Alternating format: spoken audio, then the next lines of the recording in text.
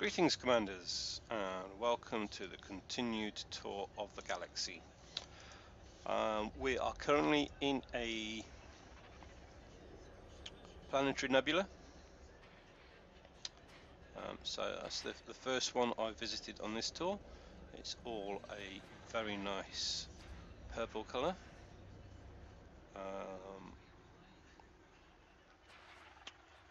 We are currently in the outer arm of the galaxy.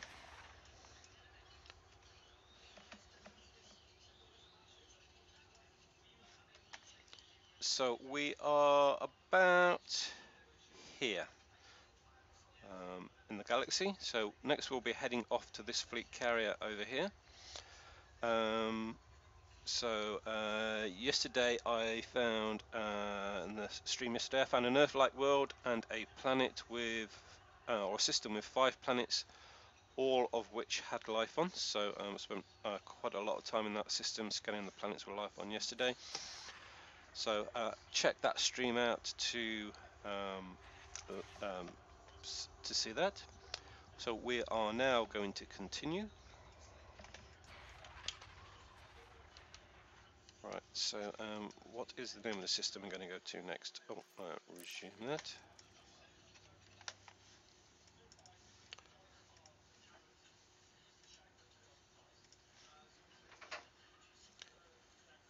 Right, so the next fleet carrier we're going to is in, it's actually in the next sector of the galaxy. So hopefully we'll get there today.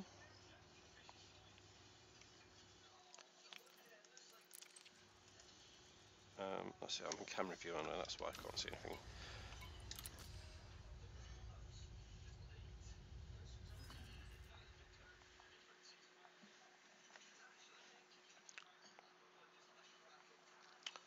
I've actually plotted a route in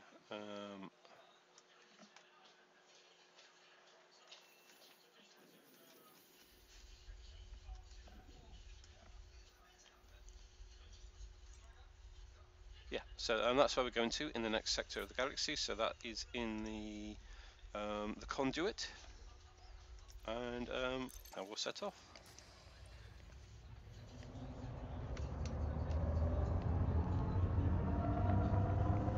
Frameshift drive charging.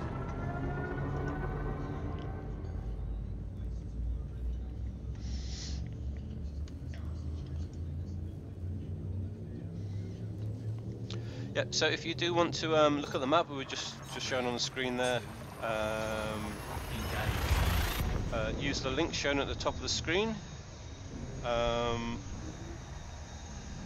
It had to show where we've been so far. So we've been most of the way around the outer circumference, or a quarter of the way around the outer circumference of the galaxy along this spiral arm, and now we're following the spiral arm into the centre of the galaxy. Fuel scoping complete. Warning, temperature critical. And straight away we found a water world. Okay, so let's just get a little bit away from the star so we're not overheating, and then we'll scan the system and see what's in this system. As you can see from my hull, we're down to 84%. I did crash into the planet yesterday and knocked my hull down to below 50%. So I had to synthesize a lot of Olympics to run repairs on the hull. But, right, so let's see what's in this system. So that looks like the water world right from the beginning.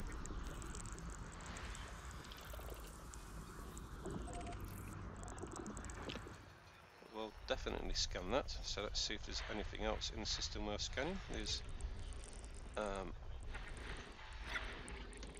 30 bodies, so there's a pretty good chance there'll be something worth scanning in this system.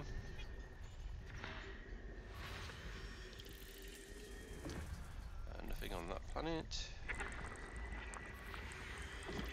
On there.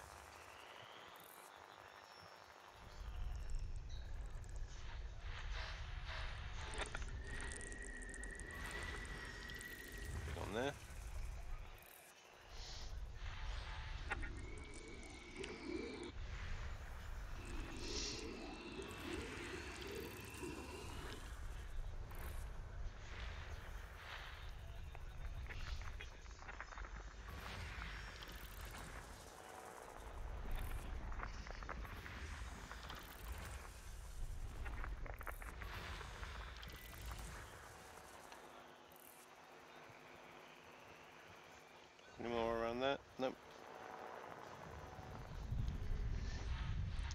Probably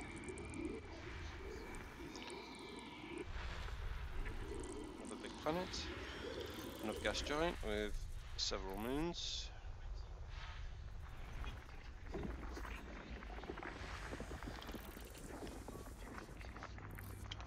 Right, so there's one biological on that planet, so go and scan that one as well. I also had geological activity on it. There is a type of life form. There's more geology. I'm not that interested in geology, but there is one life form that will only form on planets with geology as well. And so far, I haven't seen any of those. That's a very dark planet. I'm in the dark backside of that one. I think that must be illuminated from the other side. Along with that one.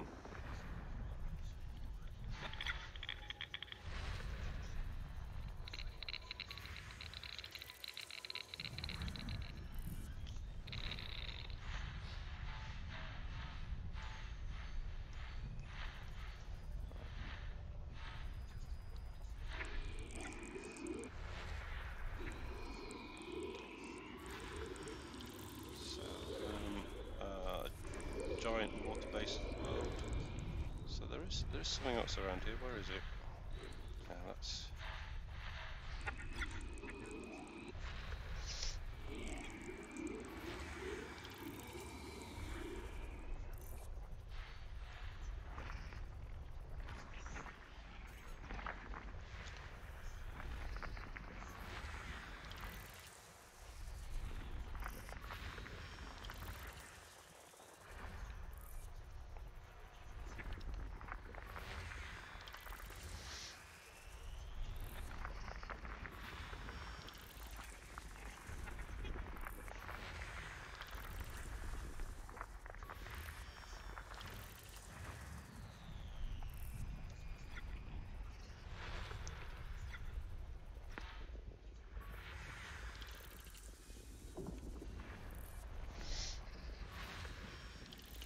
So there's another one with biological life and geological activity. So hopefully the thing I'm after will be on there. They actually grow on I'm not can't remember what they're called. They're like tubes that come out of the ground with geysers, and they grow on the side of those. Yeah, so far I've not managed to find any of those. Right, so just one more thing, and that should be it for this system. System scan complete.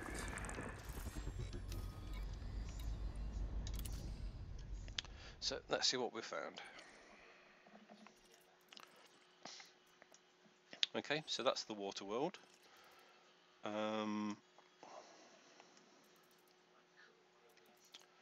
Right, so none of these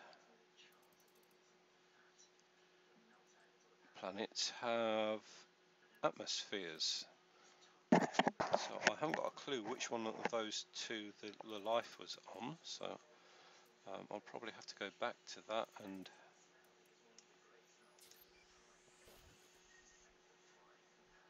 search for that. But let's start. Yeah, it's going to be either one of the moons, because none of the planets are landable. So let's start by going and scanning this planet, and then we'll do another search to find out which ones of those had a life on there.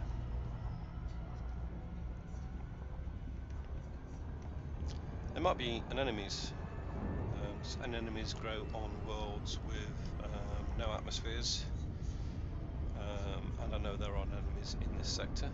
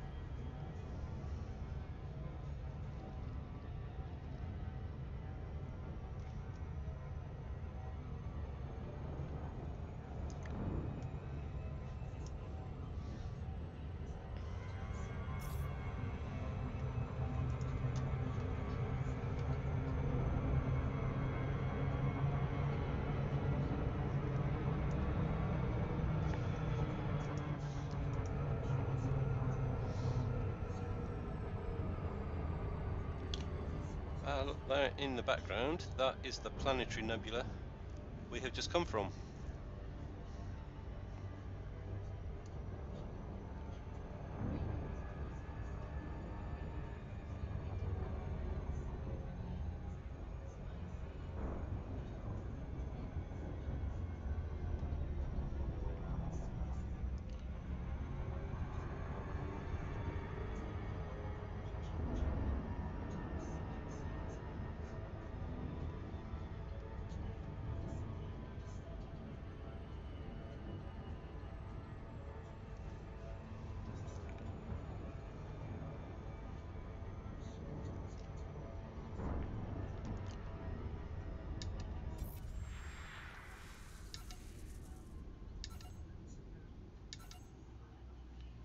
So this waterboard's got a polarised cap.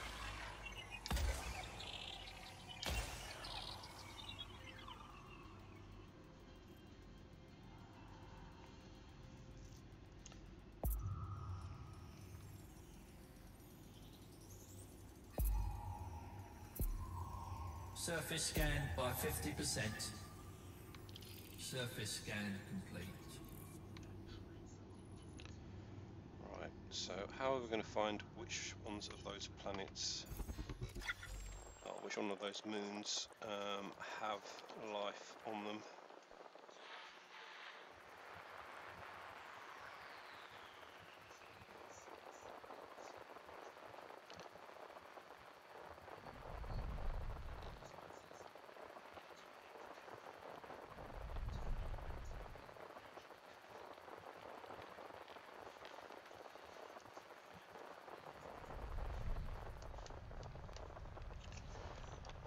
What does the system map tell us? I don't think it tells us which ones have biological systems signs on there.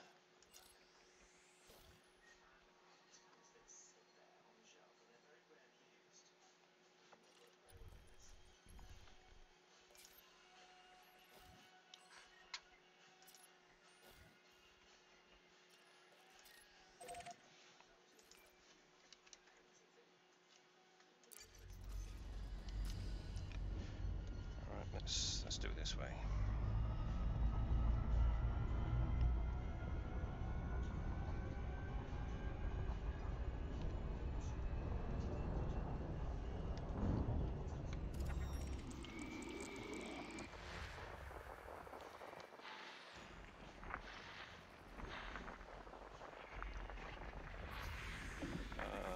Geological,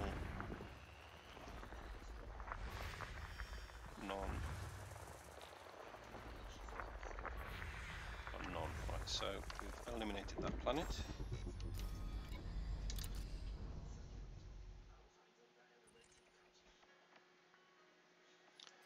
Which means it's going to be around one of these. So let's select the first one there, and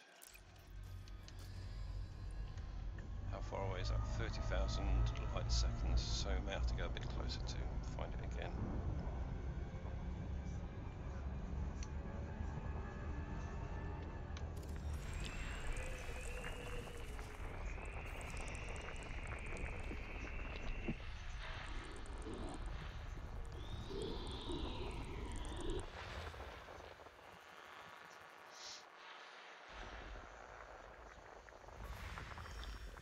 None.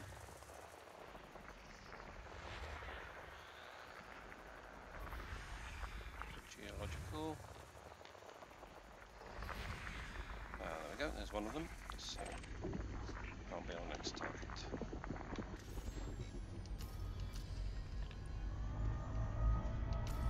Which one are we actually going to?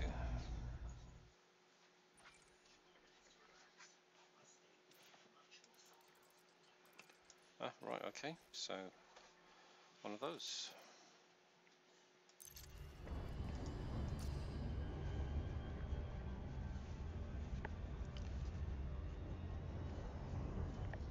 So that's 31,000 light seconds away. So that will probably take about 5 minutes to get there.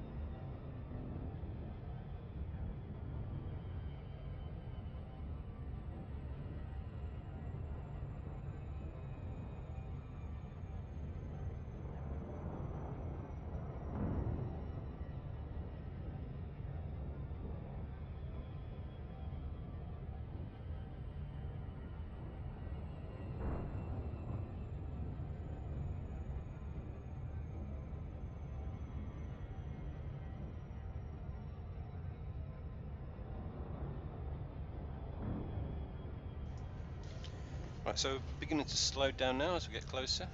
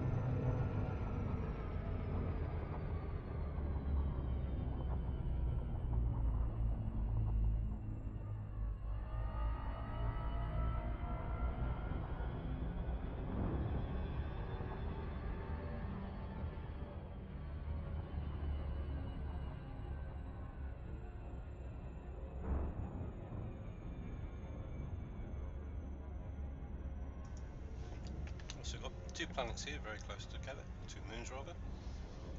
Should be able to scan those both in one go. I imagine it's both of these that are the ones that I'm after, so let's see what's on this first one.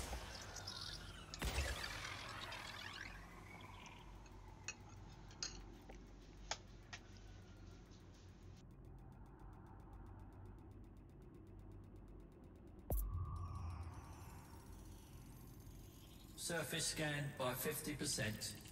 Surface scan complete.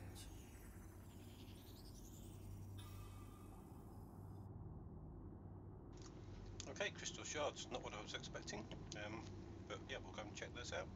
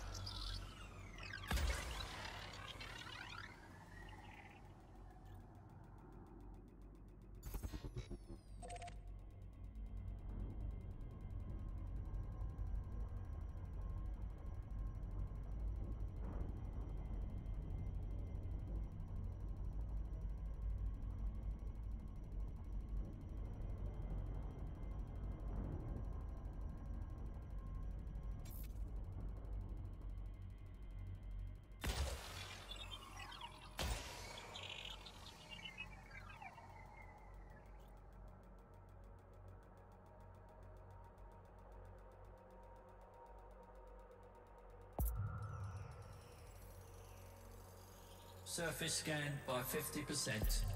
Surface scan complete. Just geological on that one, so I'll leave that one alone.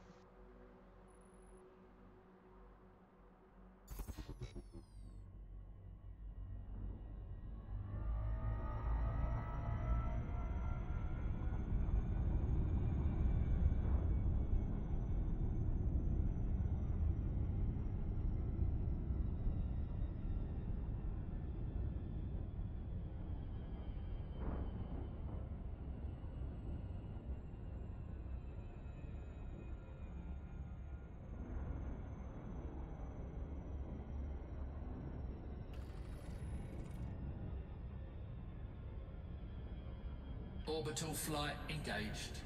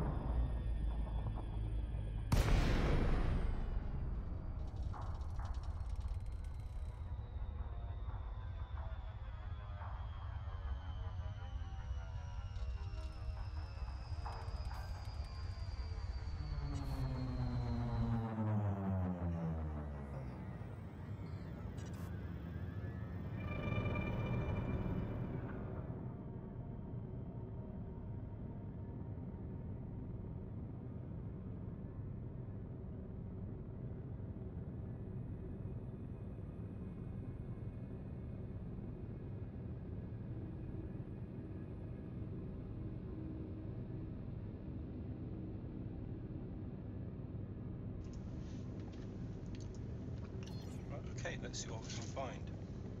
So last time I found crystal shards, they were on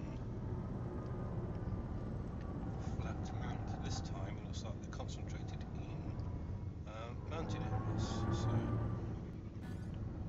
they should be easy to spot from ship.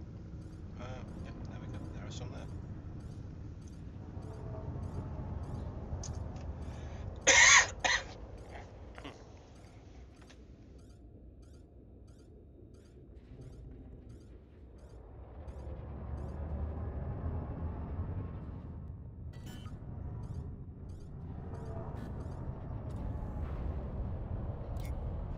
Landing gear deployed.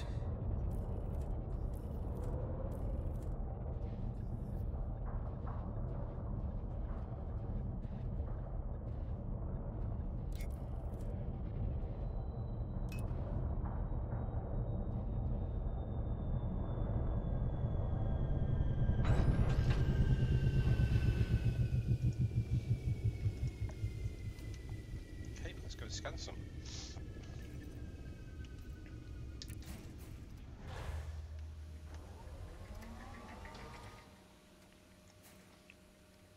I'm not sure why they class crystal shards as biological life. They do have minerals growing on them. No gravity warning.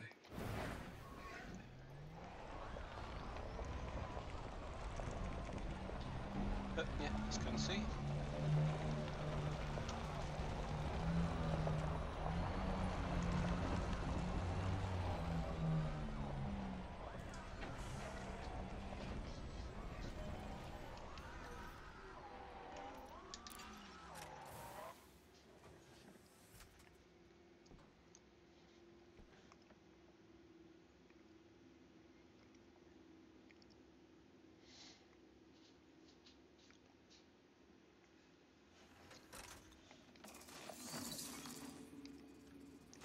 Right, so this bit sticking out the side here, that is actually something, a mineral that we can collect.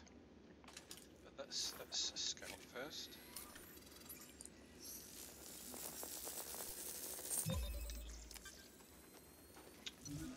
Take my handgun, I should be able to shoot that off.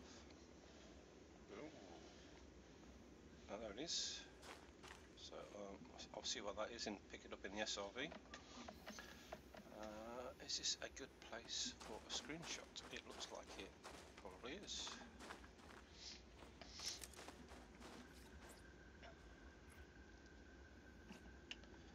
Right, so we'll take our screenshot here.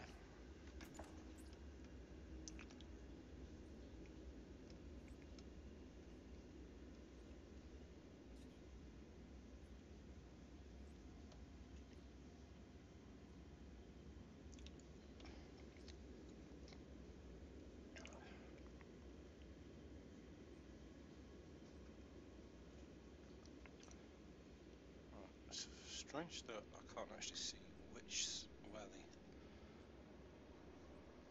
planet's from. Alright, so let's move around the side of that. Just going from the side. And then move the camera back to where we were before.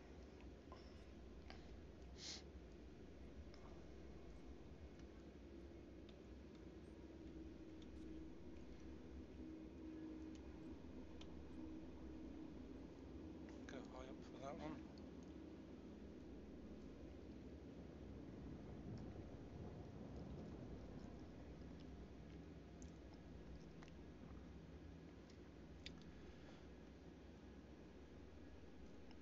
Yeah, let's go with that. Got everything in the shot there. Print screen.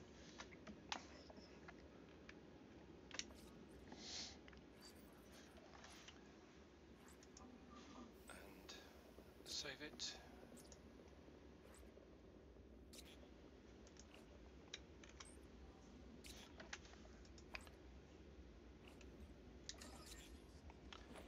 Name it after the planet that we're on.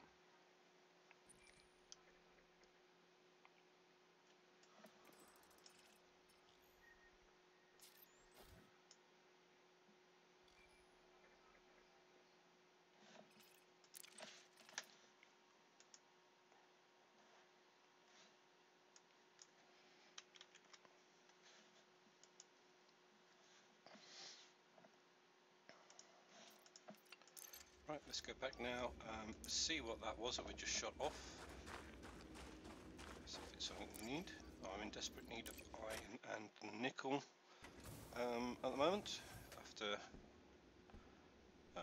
using 40 of each up yesterday. Sulfur, so we don't want sulfur. So yeah, I used 40 up yesterday, synthesizing limpets. So there is something else here we can shoot off to. See what that is. See if we come far enough to actually scan it.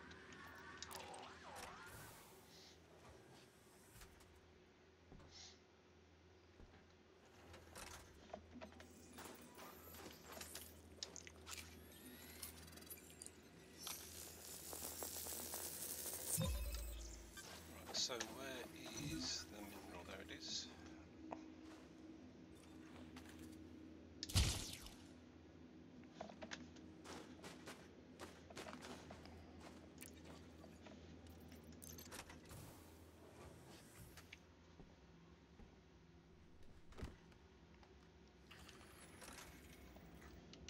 Let's see what that was.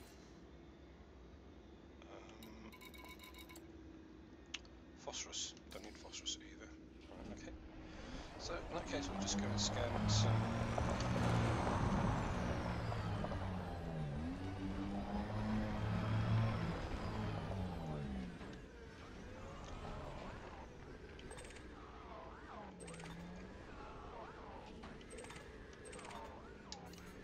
So we can shoot these off from within the SMP. You don't have to get out to do it.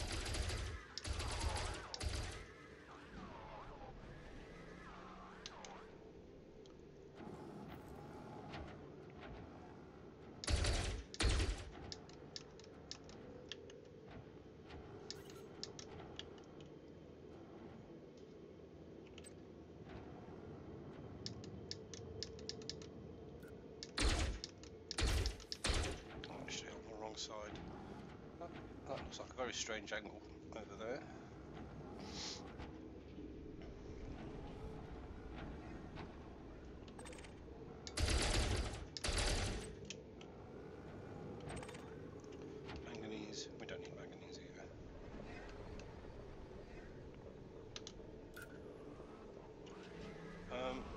so we might as well get out and scan these, or scan all these.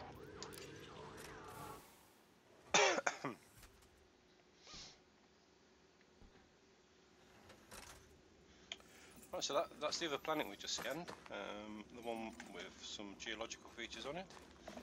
And we're actually on quite a steep slope, which wasn't obvious from the SRV.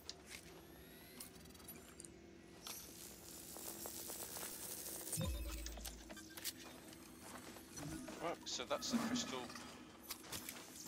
fully scanned.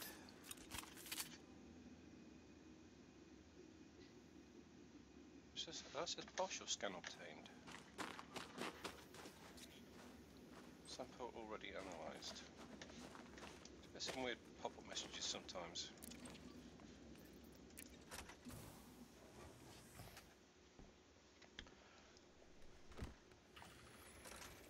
Right, so head back to the ship and go and find the other planet that has biological life on it. I suspect that will probably be the same as this one, with crystal shards.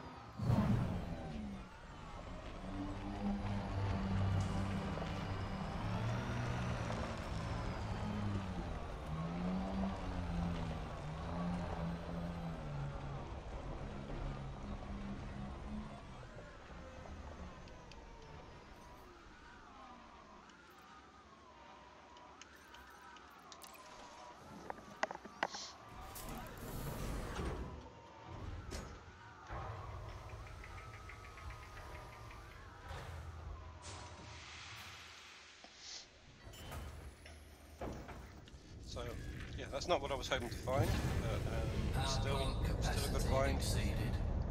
I have found crystal shards previously on this trip and scanned them, but only once. Cannot comply.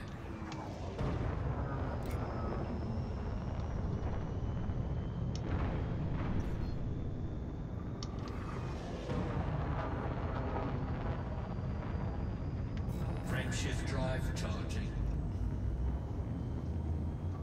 4, 3, 2, 1. Engage.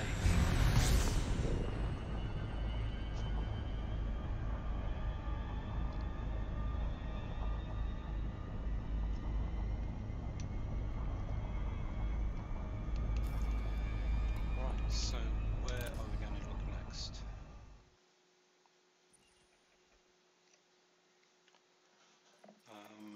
Right, so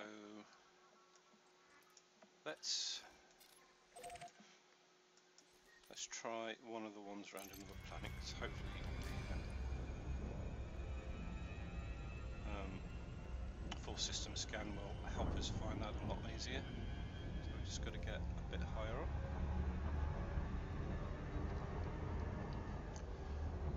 There we go, point at the planet we're interested in.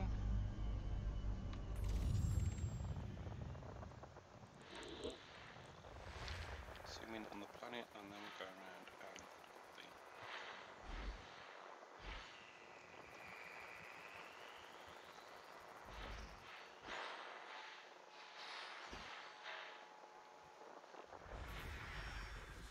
the oh, first try.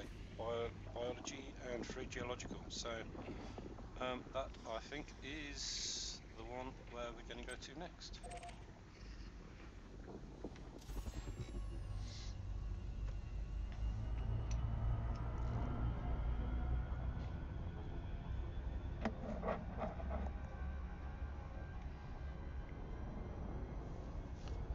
So yeah, it's 2,000 light seconds, so that's probably going to take us just over a minute to get there.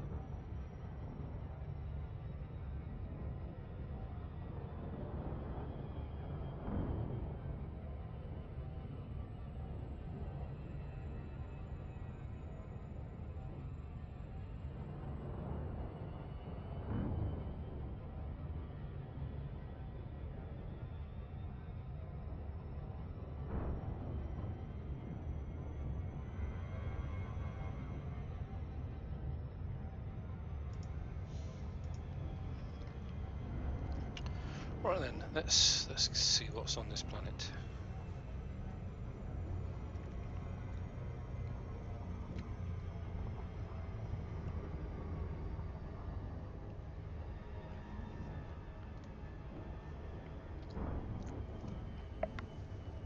I think the crystal shards were in the game before Odyssey. I think they're one of the things that you could go and visit in Horizons as well.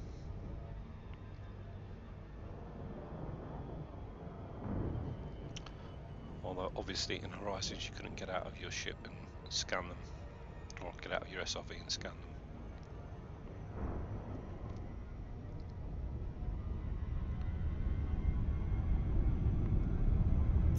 Right, a little bit fast there.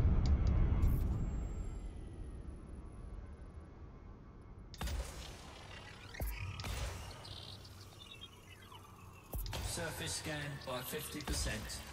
Surface scan complete.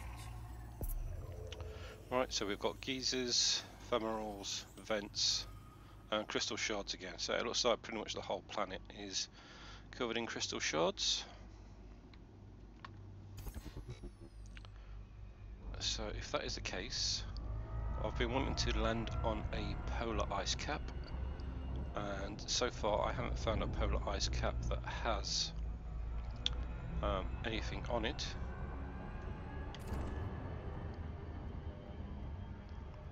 But looks like there's a pretty good chance that this one will have. Orbital flight engaged. Just could find the polar ice cap again now. Where's that gone?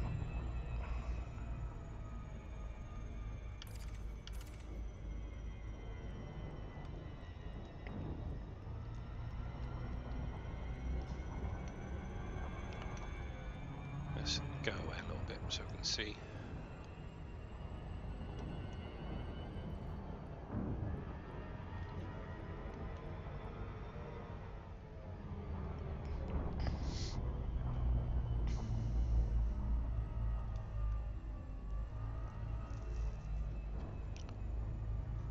There's polar ice cap, and alright, so as we see there, the polar ice cap is still visible when we are viewing the filter for the crystal shards, so there are no crystal shards on the polar ice cap. In that case, we'll go for somewhere where we can get a good photo opportunity, so somewhere where it's Orbital flight engaged. approaching dusk.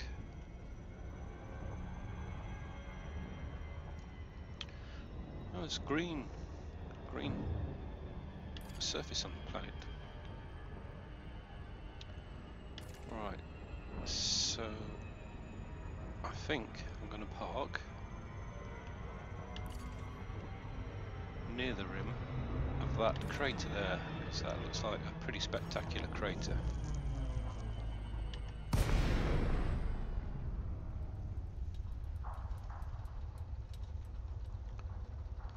Now then, I think the sun is behind me, which if I can park right on the edge of the crater makes a pretty good screenshot. So actually the rim of that crater's got a crater in it, so I'll try and park on that.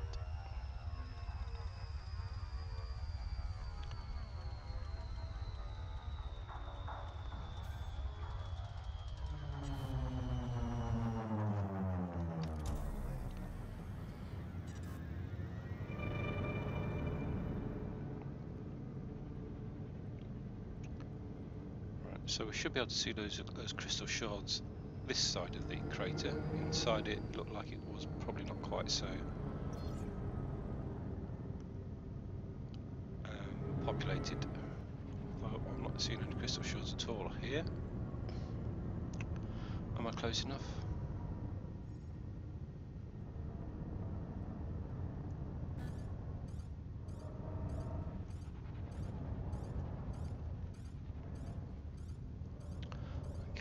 Is that a very narrow peak that I can't land on?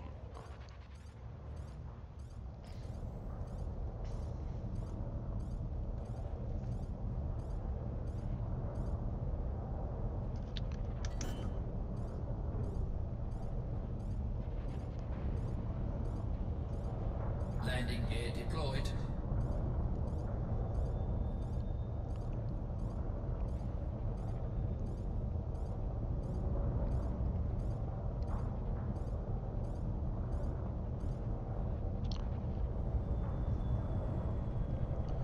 No, it looks like I can't land there, so I'm going to get the screenshot I was hoping for. Let's go back and look for some crystal shards, because there's no sign of any up here.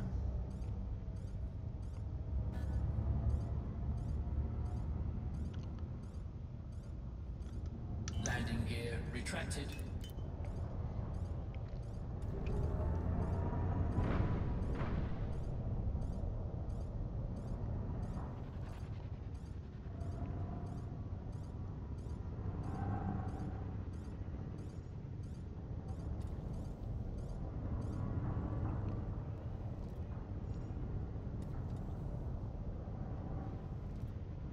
So, yeah, no. Oh, there we go. There's a pile over there.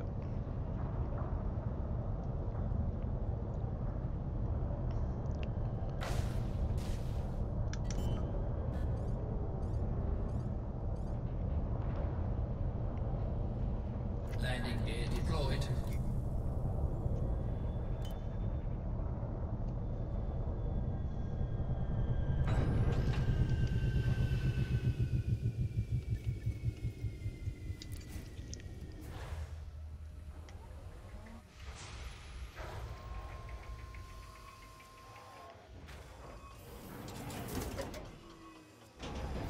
Low gravity warning.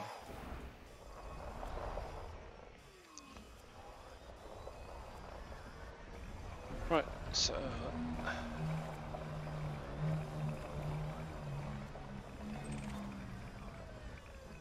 let's see what the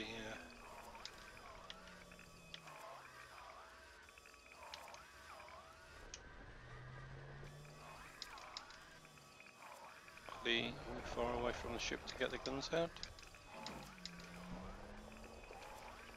Right, no, we're not.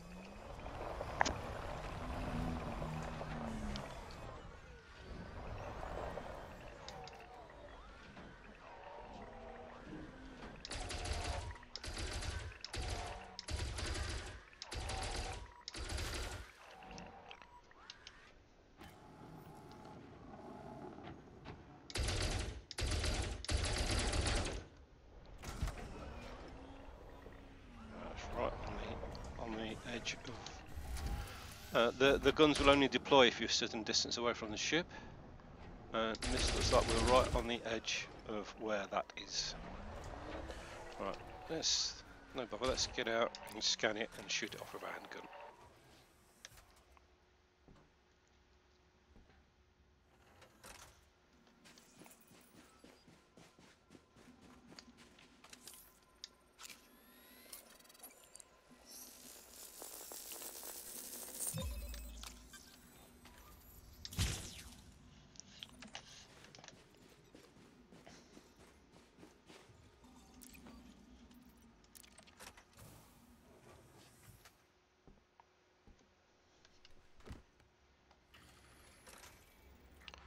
Right, so what was it?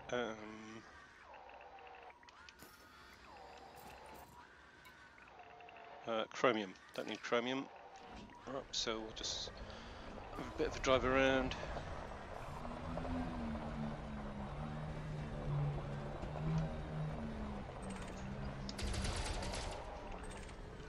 So that's sulfur. So these are mainly non-metallic.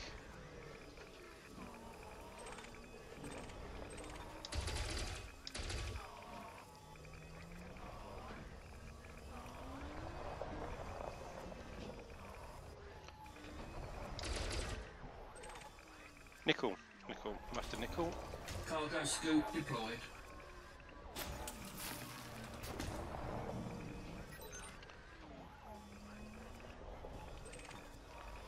There's another one there. Can't tell which side of the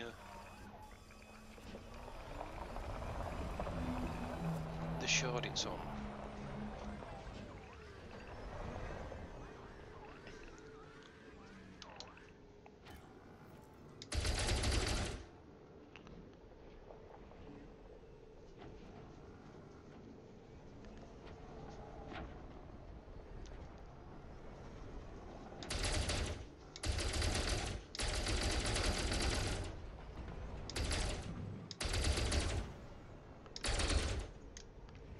driven all around it now. It's still not been able to find a side where I can shoot it off from.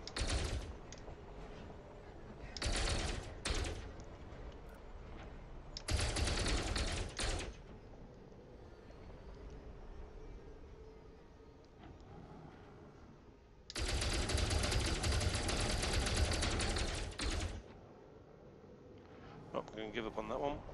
There's one up there. Let's try that one.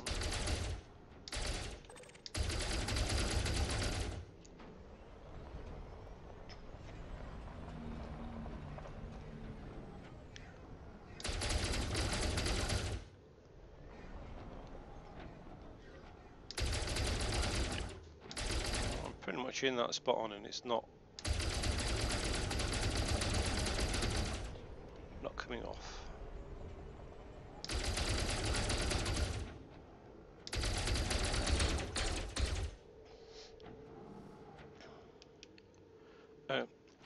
Let's drive along a little bit further and get a bit further away so we can scan another one.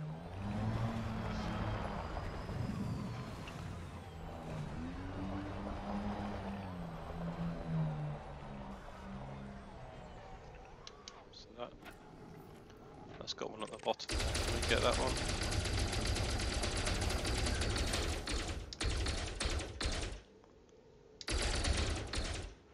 No, but we can get out here and scan it and shoot it off with a handgun again.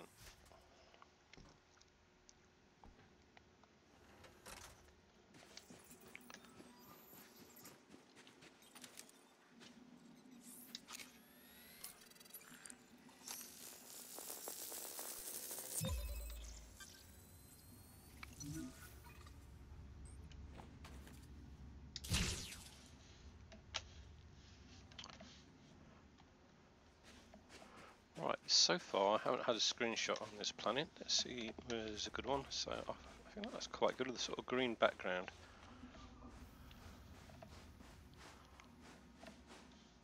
I'm going to try something different, I think.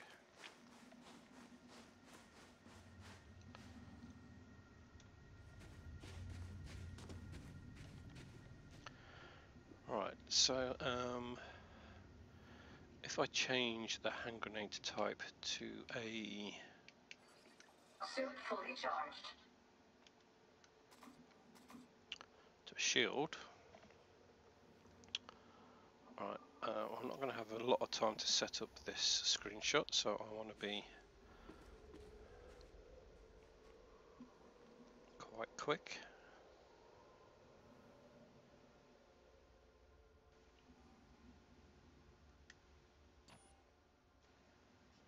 Right then.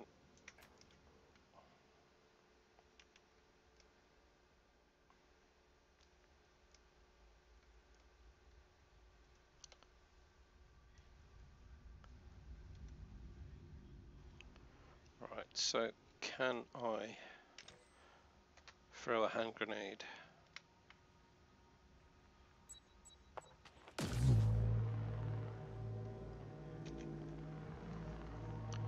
Yes, I can. So that is an interesting screenshot we've got there. So we've got a shield grenade on the side of the crystal shard. So yeah.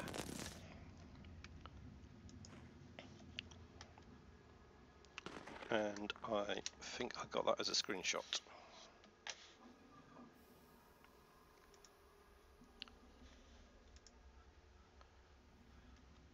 I hope so, because I only get one shot of that each time, because there is only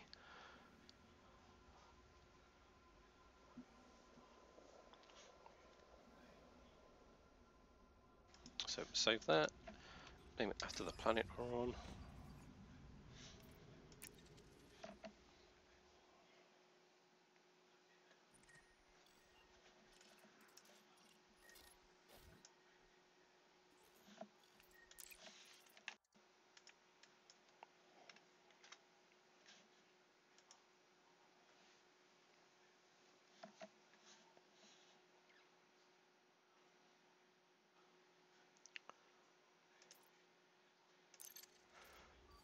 Right, okay, I'll go and scan one more crystal shard, and then that's this system complete. Just have a quick check to see what that thing was we just shot off it. Although they don't last for long, so it's probably expired by now. More chrome, so yeah, we're not interested in the chrome. So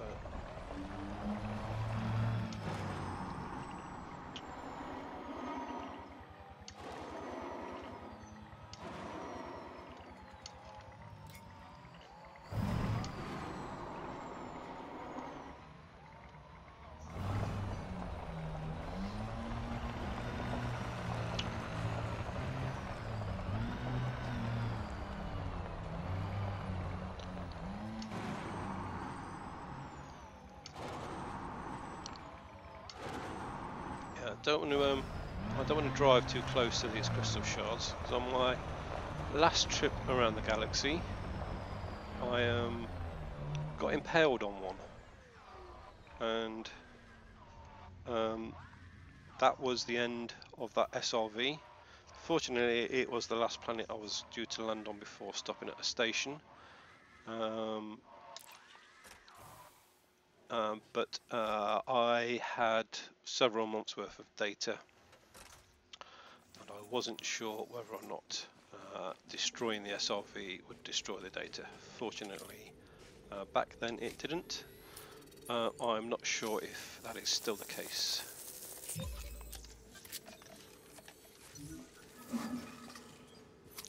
So that should be complete.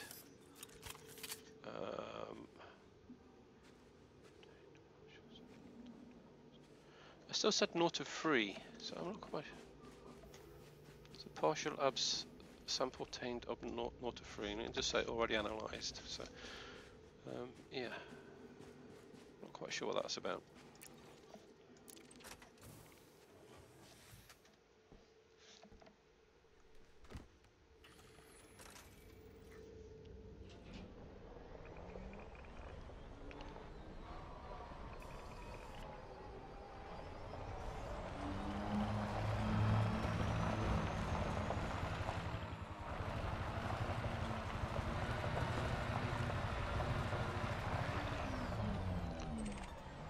There's some bronzite.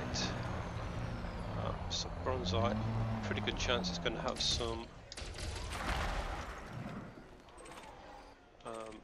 iron. I've got iron there, so we definitely want the iron.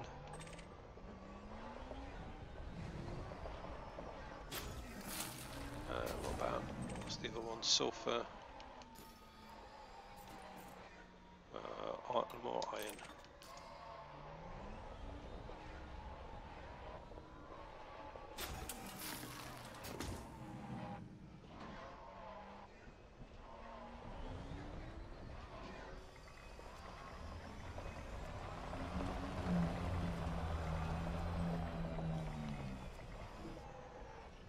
It's quite hard to scan anything on this planet because there's so many crystal spikes that the scanner's just overloaded.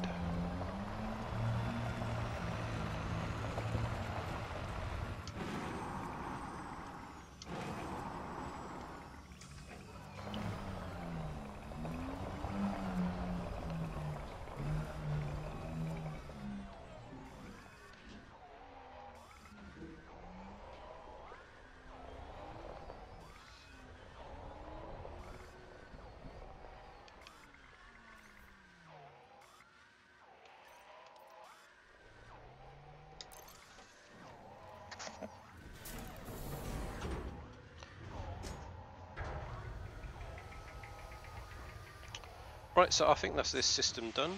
I'm not going to bother searching for other planets. I only saw 2 when I scanned the system as a whole.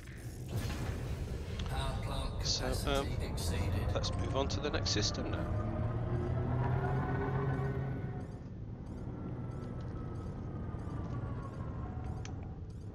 Landing gear retracted.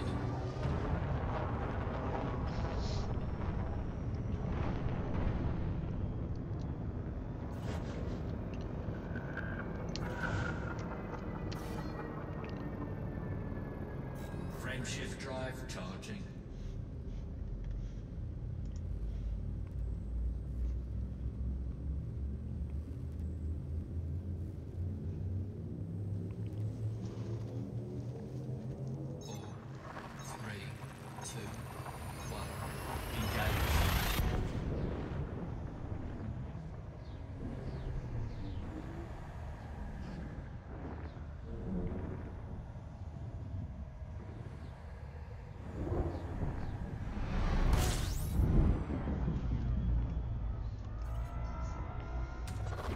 Fuel scoping.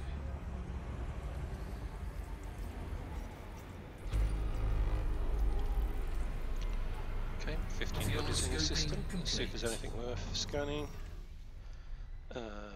Nope, nothing at all. Frameshift drive charging.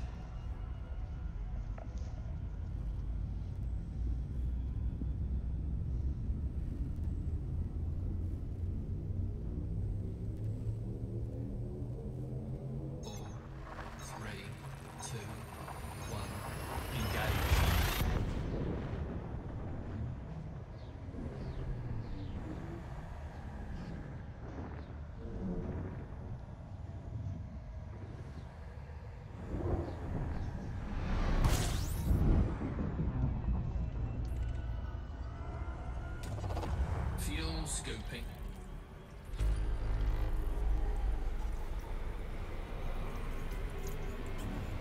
Fuel scoping complete.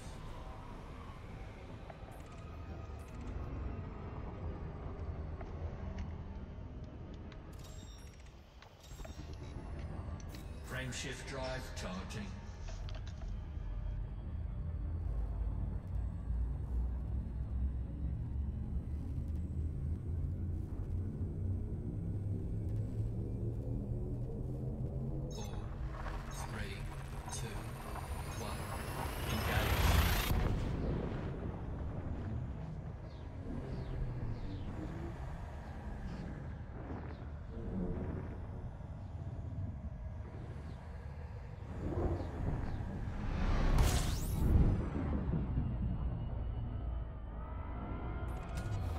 Fuel scoping.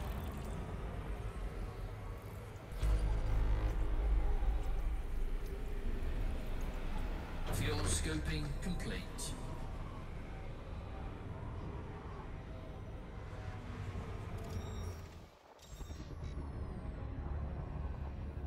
Frameshift drive charging. Yeah, so mainly empty systems at the moment.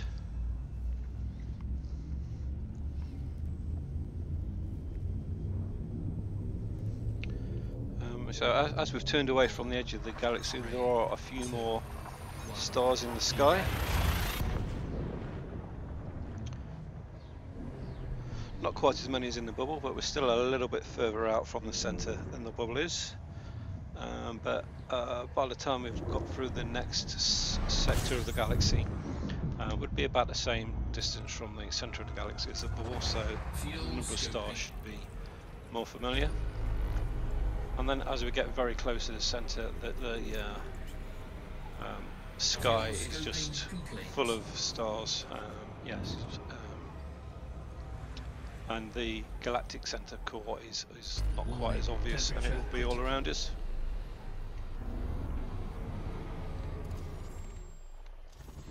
So yeah, nothing in that system. Frameshift drive charging.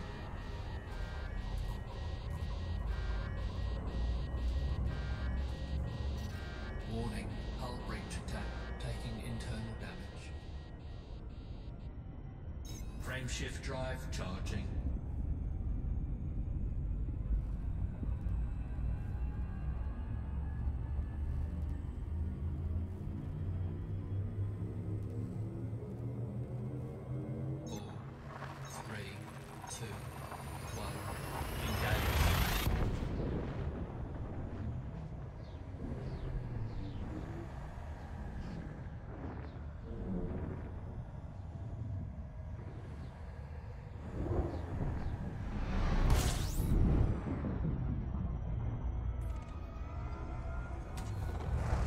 System scan complete.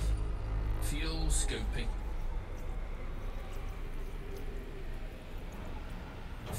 scoping complete.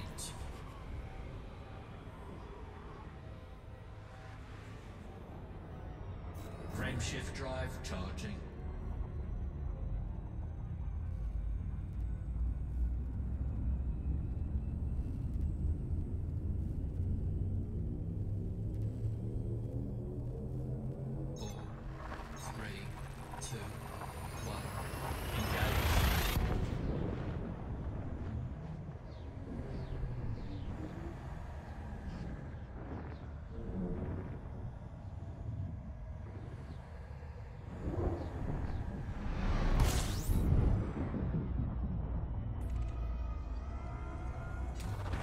Fuel scoping.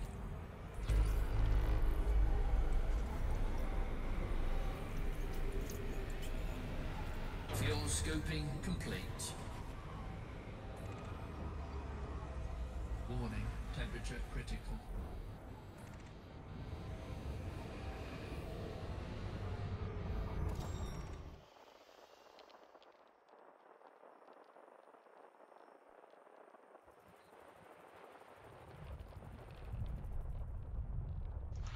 Right, so we've just found a system with an ammonia world, so we'll scan this system.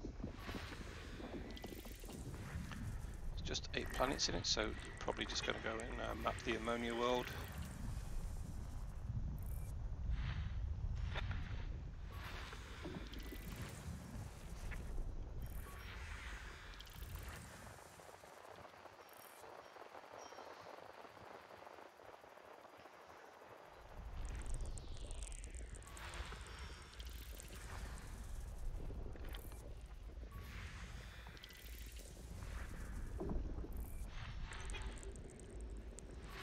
System scan complete. Yeah, didn't see anything other than the ammonia world that was worth scanning. Let's have a quick look at the system map to check.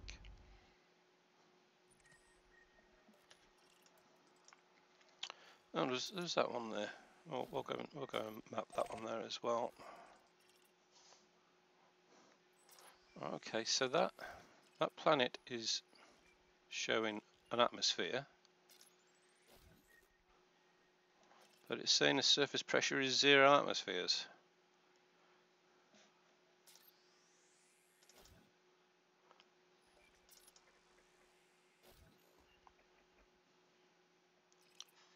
So I'm guessing that's what they mean when they're saying the planetary tech is broken.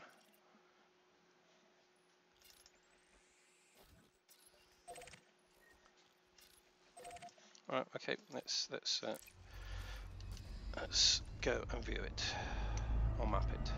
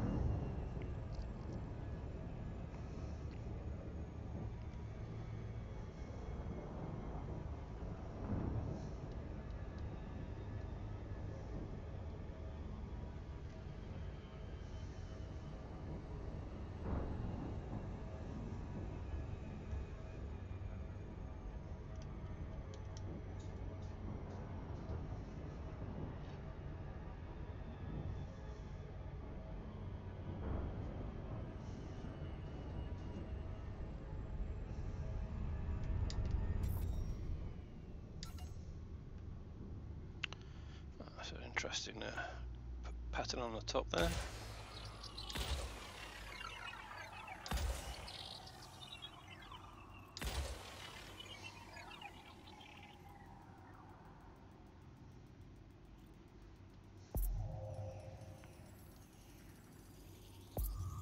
Surface scan by 50%.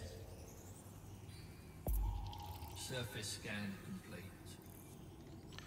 Yep, so nothing on it. We'll just go and map the ammonia world and then continue to the fleet carrier.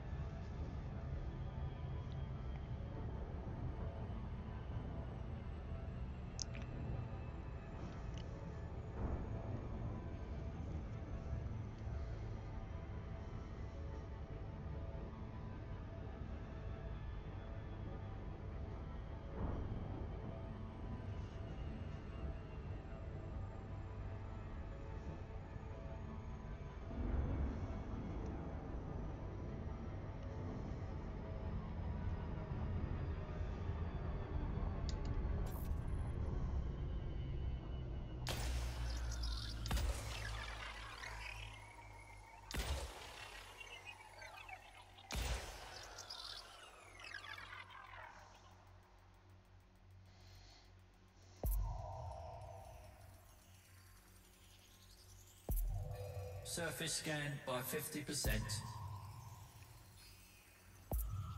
Surface scan complete.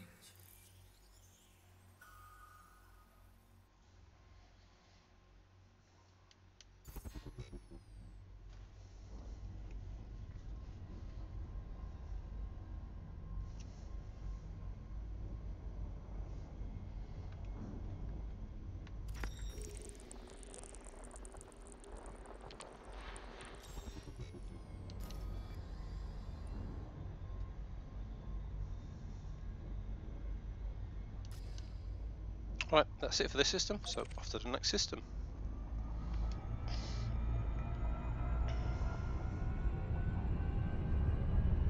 Frameshift drive charging. Alright, so we've got 60 jumps to get to the next fleet carrier. So 60 jumps is about probably about an hour and 20 minutes.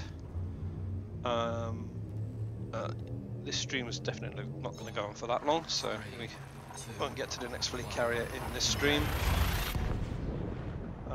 And that's assuming we don't actually find anything else to explore on the way. So we have been finding a reasonable amount of things on the way during this sector of the galaxy. Fuel scoping.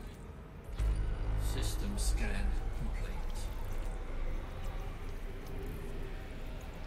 Fuel scoping complete.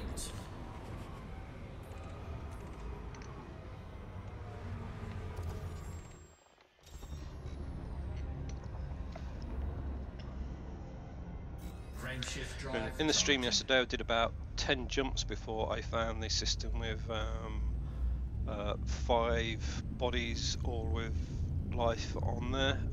So consequently, yesterday stream, even though it was 2.5 hours long, we only actually jumped through 10 systems.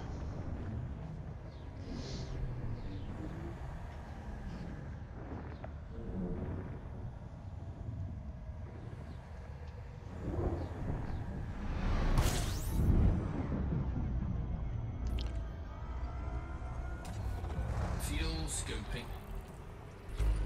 System scan complete.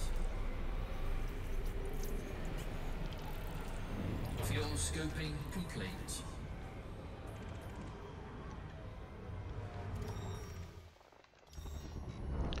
So, Frameshift yeah, drive nothing at all in the charging. system, apart from a couple of stars.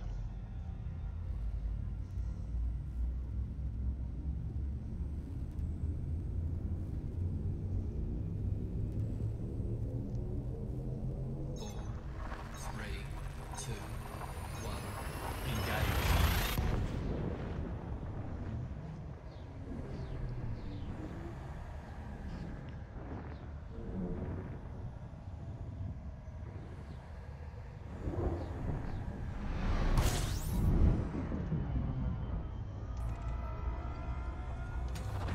Fuel scoping.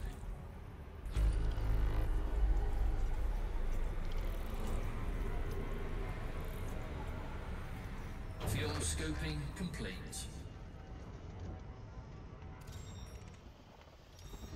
Nothing there. Frameshift drive charging.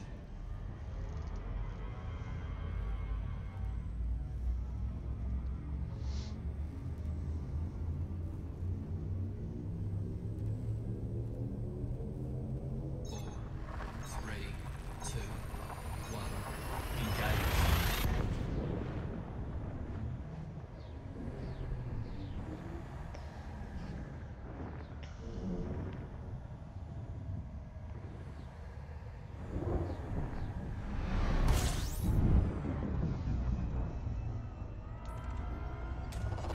Fuel scoping.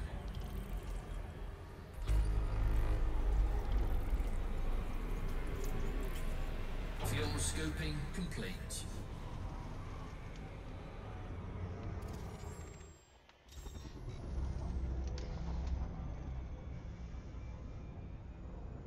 Frameshift drive charging.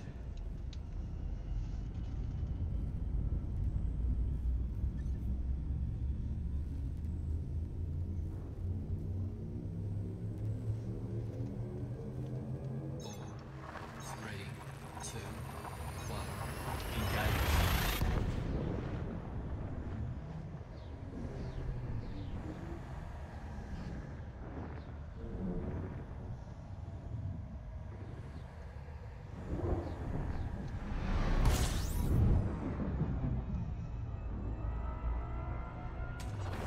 Fuel scoping.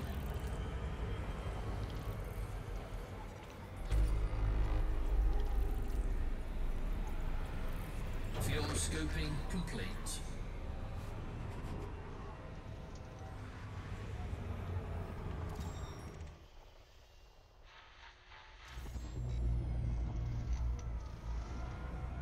Frameshift drive charging.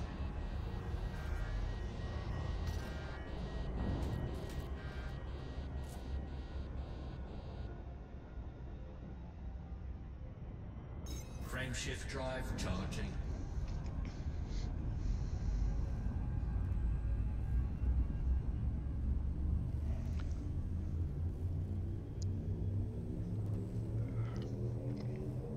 Four, three, two, one. Engage.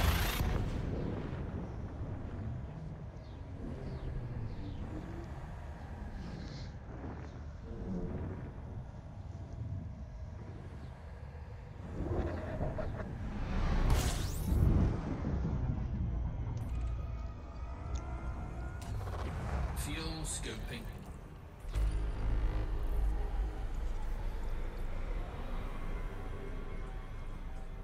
Fuel scope disengaged.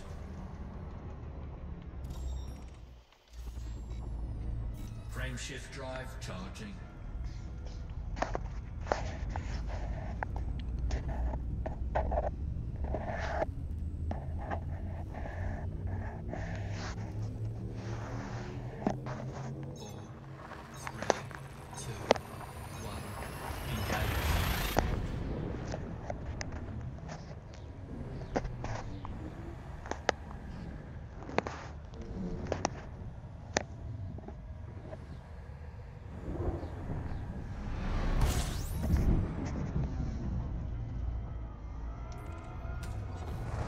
Scoping. Fuel scoping complete.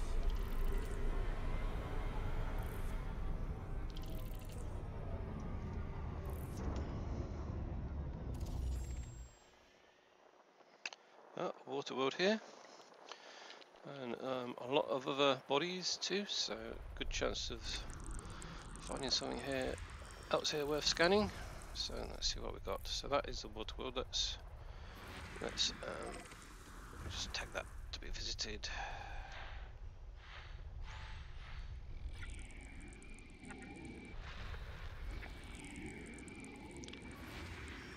A couple of gas giants.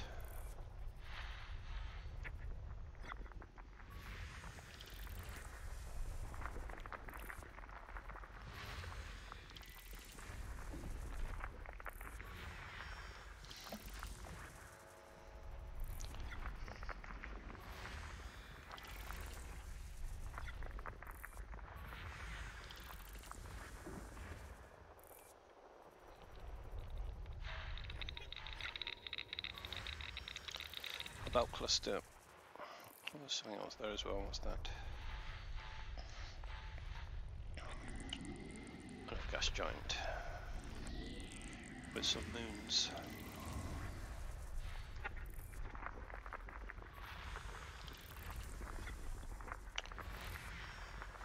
I've not been taking notice of what's actually on any of these, so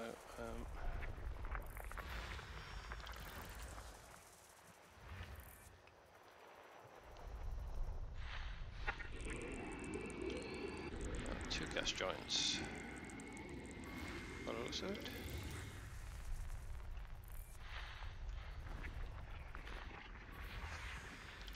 Geological 2. And geological 2 again.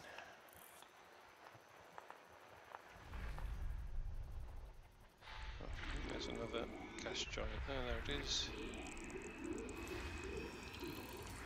And there's a moon.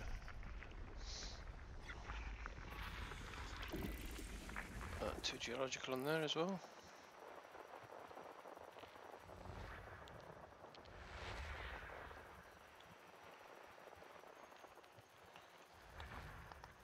Right, I think they're all sorted.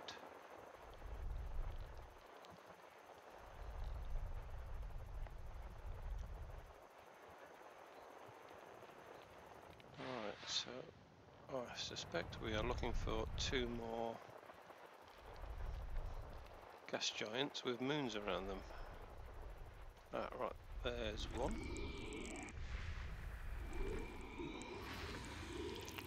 Oh, one more gas giant with moons.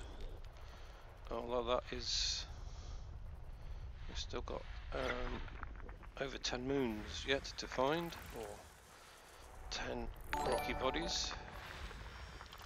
Hi Paul.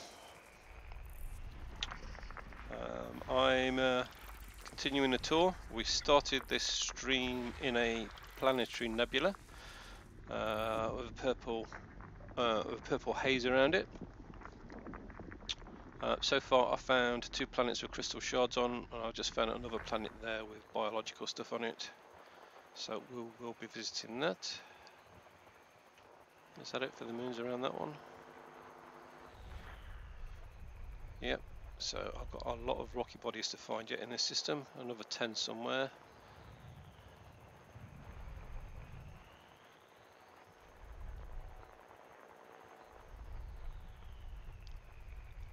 So there's got to be something off the orbital plane.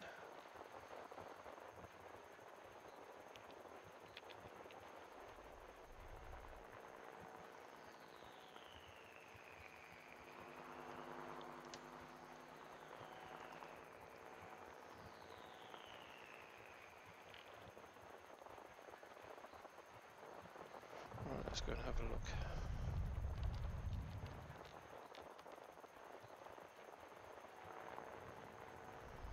What do we have here? An entire other star in the system that I didn't know about.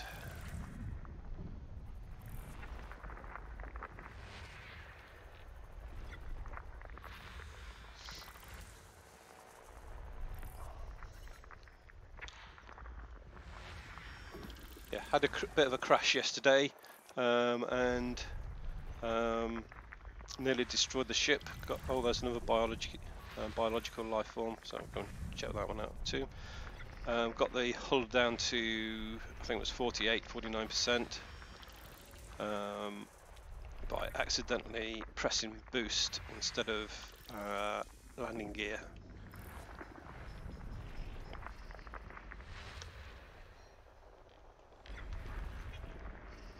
The planetary nebula, didn't melt my brain.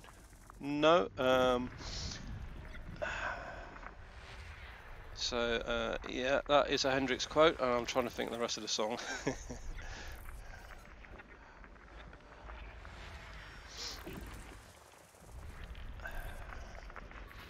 System scan complete.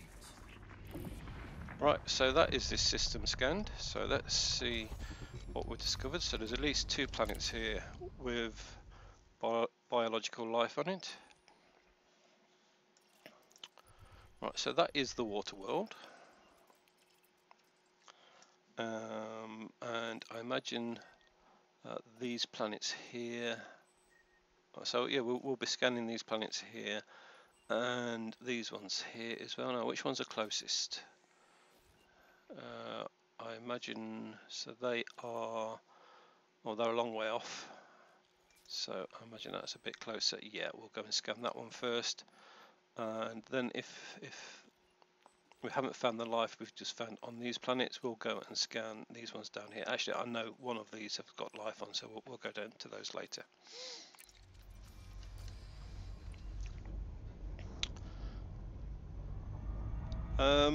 Yeah, I think I showed you the green giant that I found the day before yesterday, but I ended up in the planetary nebula.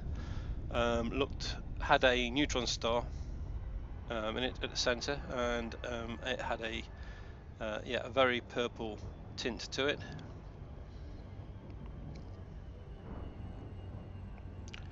Oh, 5 viewers now, so I'm pretty sure they're all thanks to Paul. So yeah, welcome everybody.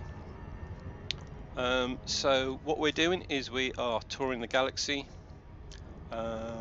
We have just found a system with a water world in it, and although this doesn't look very watery, it's a bit cloudy. So water worlds are one of the most valuable items to scan for data. So I scan all the water worlds. And also, if you have a system with a water world in it, there's a pretty good chance that there will be other life in the system as well. So we know there are at least 2 planets in the system with life on. Surface scan complete. And so now we scan the water world, we shall go and see if we can find the other planets with life on.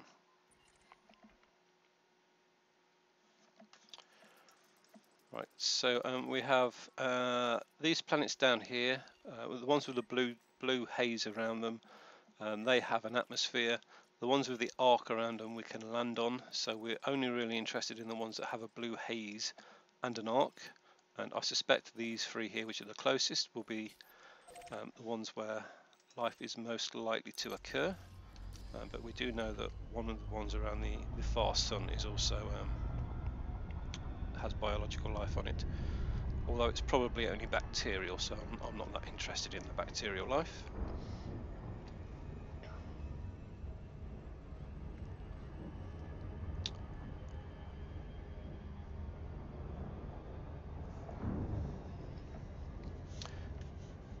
let me get the screenshot of the purple galaxy up so you can have a look, see what that looked like. Or the purple star. How far are we from here? Let's just slow down a little bit so we don't overshoot.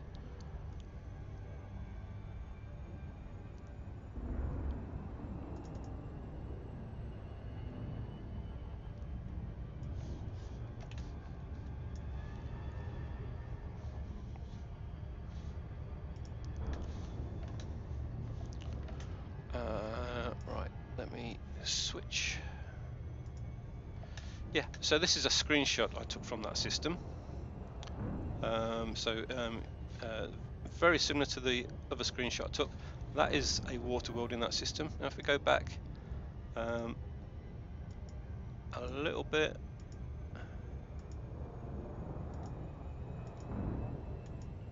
yeah, that is a neutron star without the purple system, so it's a little bit bluer, that one.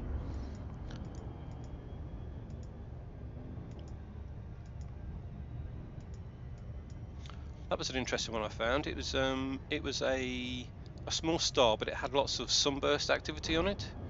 I've never seen that before on a small star. And that's where we've been today. So we just scanned these crystal shards and did that one too. I threw a shield grenade at that one and took a screenshot of that.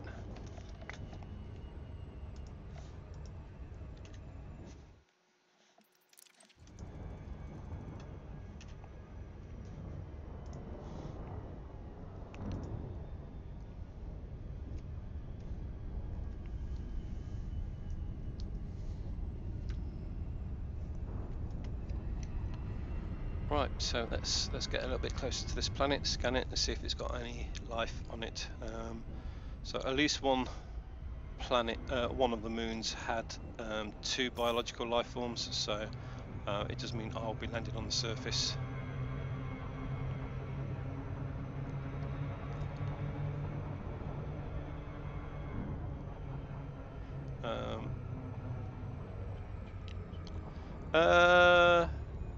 Yeah. Again, I have got a panel for the website, which does also link to YouTube. So yeah. So when I have that up, yeah, people can access that. Is that what you mean?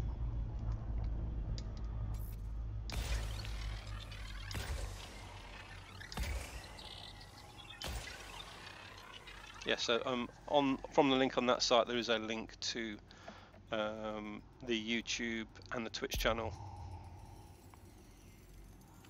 Surface scan On my about 50%. page. Yeah. I've not even looked at the about page. Yeah, I'll have a look into that. Right, so we've found two types of biological life here. What are they? I haven't got a clue how you pronounce that. Fonicula. They are the look like big fungi things that grow off trees, except they're the trees as well. So let's go down and find some of those and scan it. So we want to be somewhere near dawn and dusk area. So it looks quite bumpy around there. Orbital flight engaged. It's a little bit too close as well. What's that like? That will do, in the middle of there. Lots of stripes and ridges on this planet.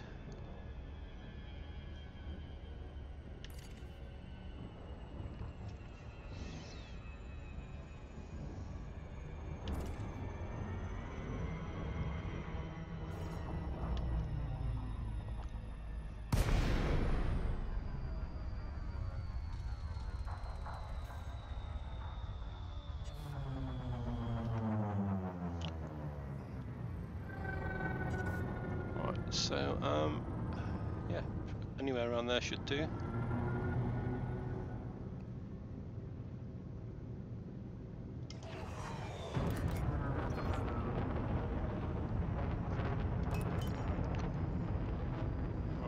So we should be able to see what we're looking for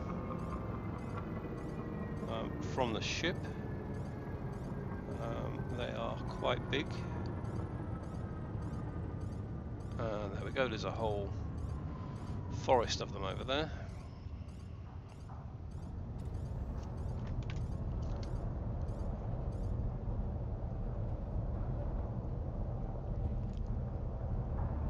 Let's go and pop the ship on the far side.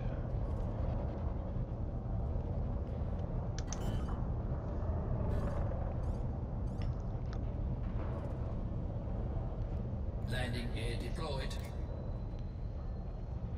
I've still got auto landing turned on.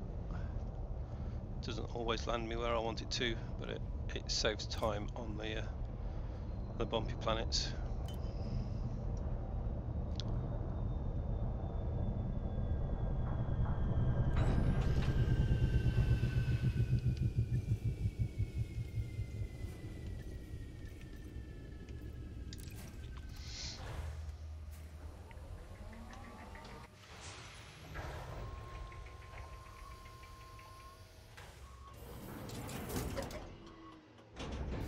Low gravity warning.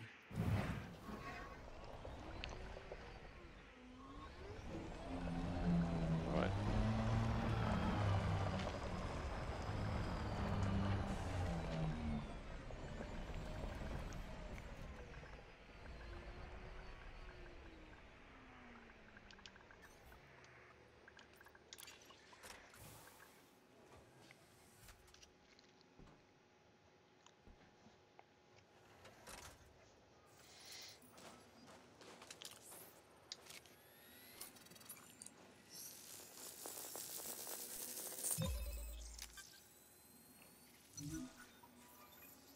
What are you going to be streaming next week, Paul? Are you still on Halo 1? Or are you going to move on to the next one?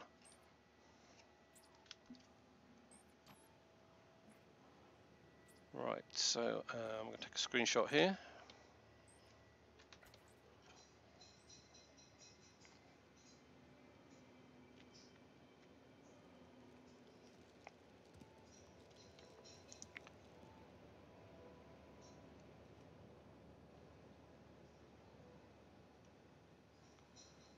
Look back a little bit of a turn.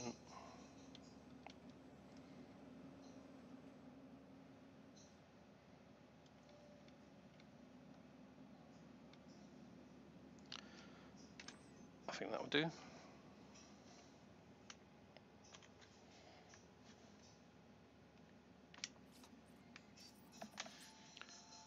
So save that one.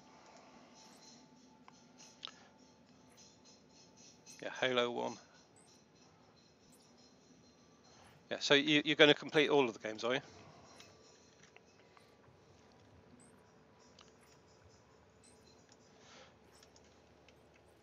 So from what I've seen of Halo 1 so far, it isn't quite what I was expecting Halo to be. I thought Halo was more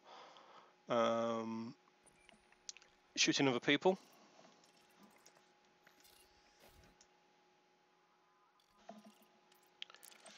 Rather than aliens. But I do like those little alien spaceships you were flying around in, the like, sort of motorbike type ones. Right, so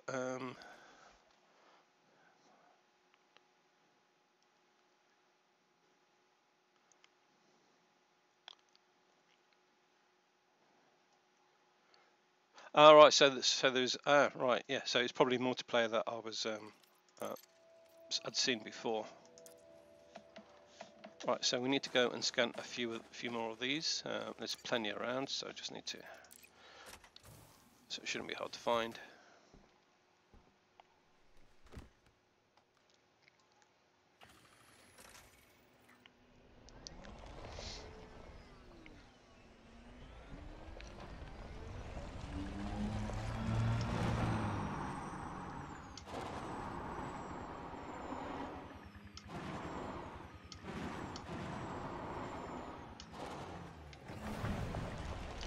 That's probably not far enough. Let's just get to the next lot.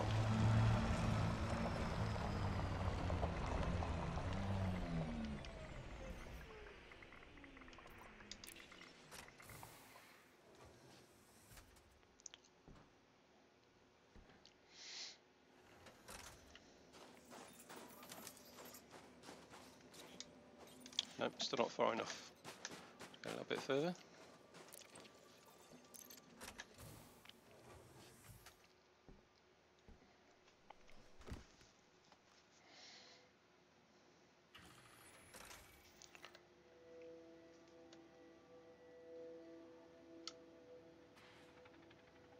Oh, sound stopped. Oh, there we go. I wasn't getting any sound for a second.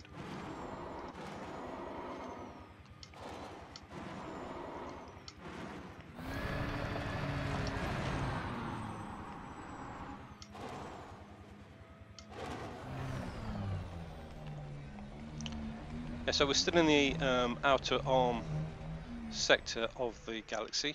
I'm hoping to get into the next sector of the galaxy. At least yeah, this will be the last stream I think I'll do from this sector of the galaxy. So the next one will be the it's called the Conduit, and that's really beginning to sort of head towards the centre of the galaxy. Right, so I need to scan one more of those.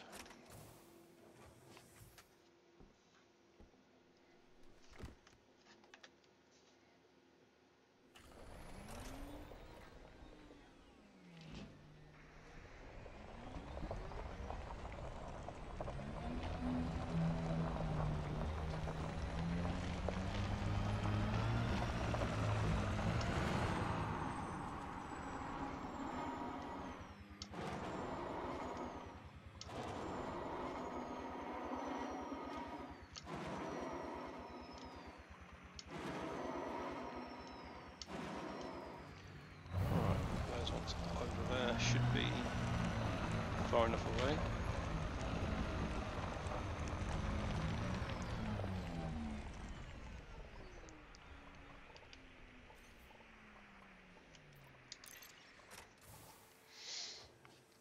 Now, these things seem to be all over the galaxy, so so far a majority of the things I've found have been in a very large area of the galaxy. There's only a couple of things that I've found that are only in a few locations.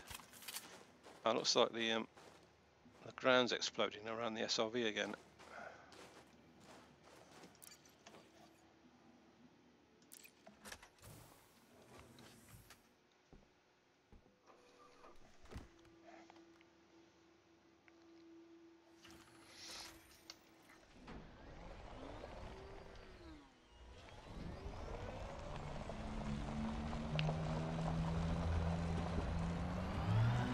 Right, so we'll go and map the other two moons around this planet with an atmosphere.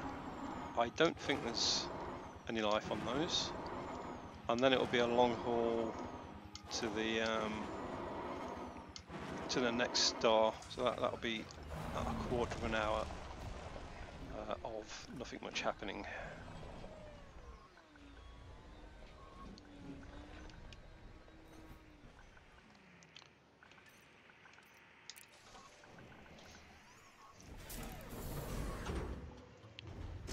Somebody else has just joined us, so welcome commanders to the tour of the galaxy.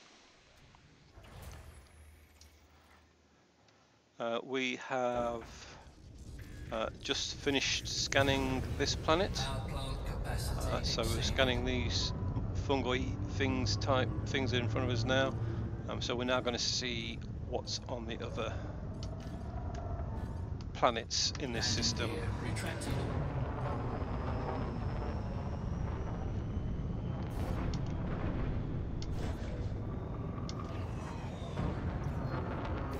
Shift drive charging.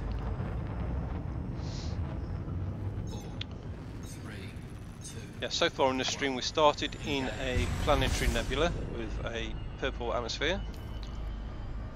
We found 2 planets with crystal shards growing on them, and for reasons I'm not quite sure, crystal shards count as biological life. So we are now in this system that has a water world. We'll just scan this planet. We'll do these 2 planets here, and then a few planets around this star over here.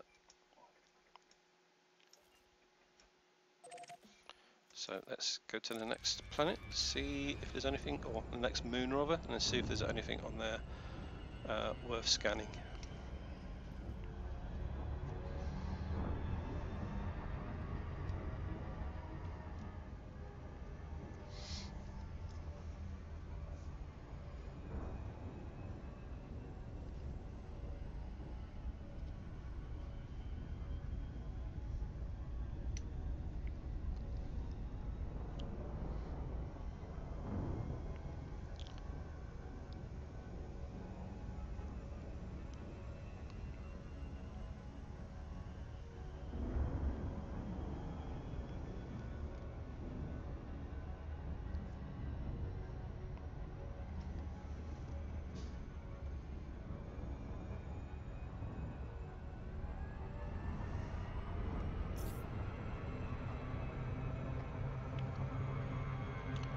So we'll give the larger planet a bit of a wide berth as we go around it, because otherwise we'll fall into its gravity well and it will slow us down.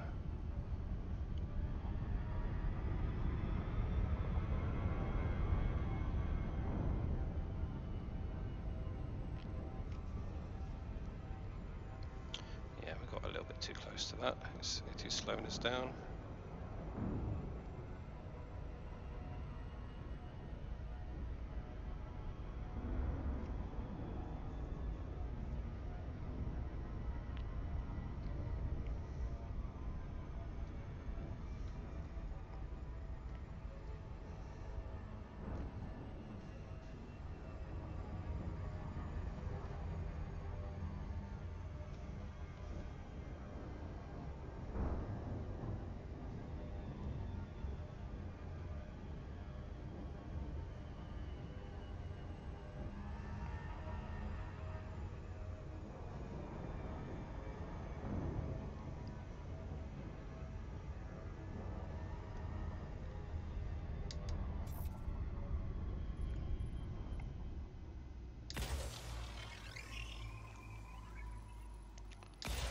Right, so if this was Star Trek, where we are now would be classed as the beta sector.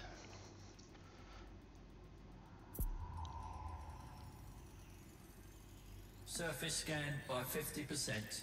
Oh, we have got life on here too. What kind of life is it? We've got 2 forms of life again.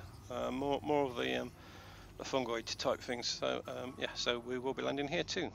So let's head over and land on it. So we don't want to be landing on the dark side. It gets very boring if you land on the dark side and you're trying to search for things.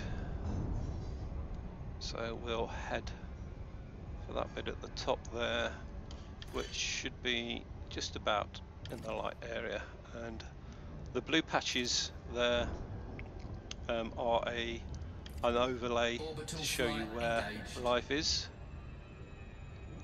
and ideally we want to be landing it in a patch that isn't speckly. I'm not sure if the speckles come across online.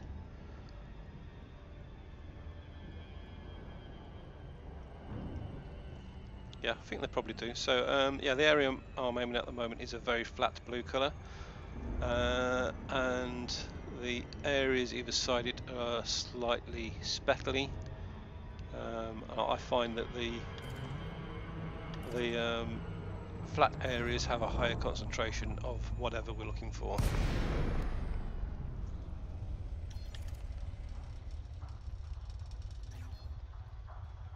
Yeah, so that's what the planet looks like without the overlay, and that's with the overlay. So we've got a nice sort of orange to green sky.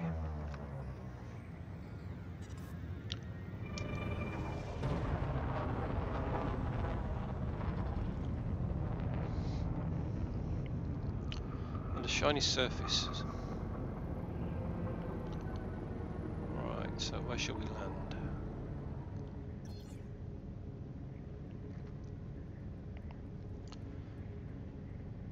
let's land there. Assuming there's some plant life around it. I haven't seen any yet. Yeah, that looks like a good place to land. Got some green spots as well.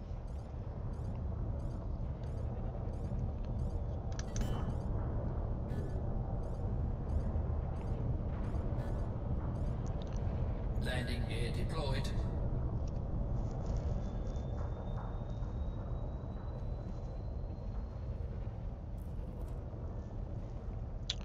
Right, so I am using a docking computer to land here. The main reason I'm doing that is because I haven't turned it off. On a planet like this, again, it's having trouble finding somewhere. Retracted. It's having trouble finding somewhere to land.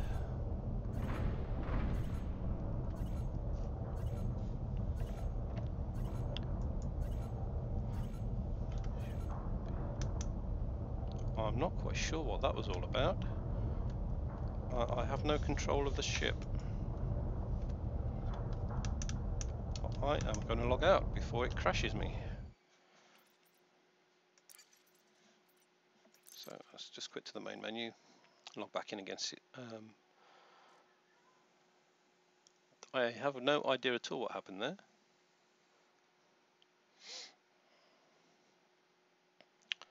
Right, let's log back in again and see what the issue was.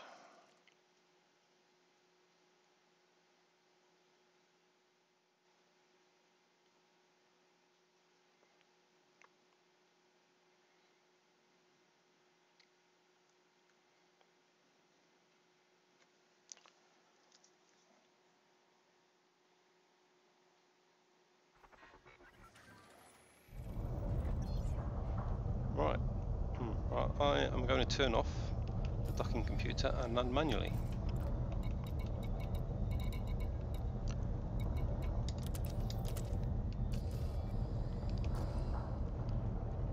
Right, so landing gear down. I'll go and land where I intended to land originally. Landing gear deployed.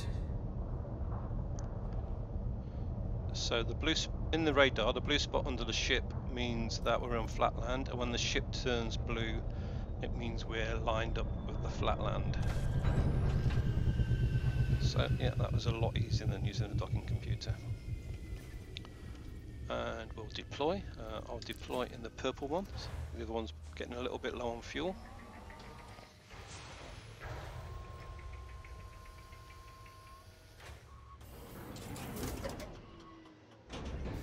No gravity warning.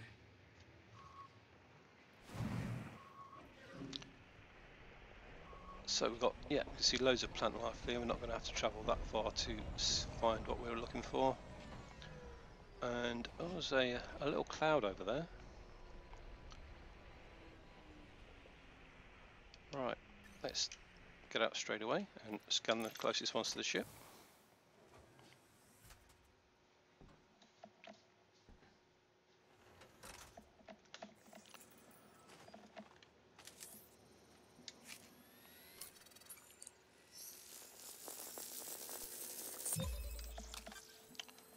And I will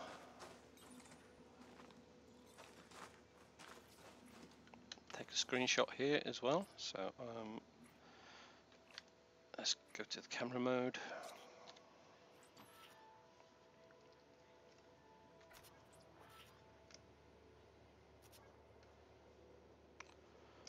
Alright, try and get that view I just had with the sun behind that.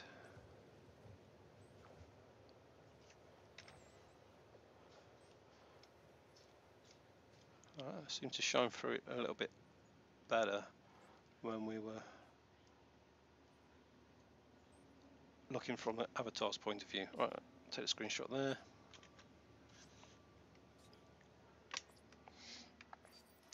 And save it.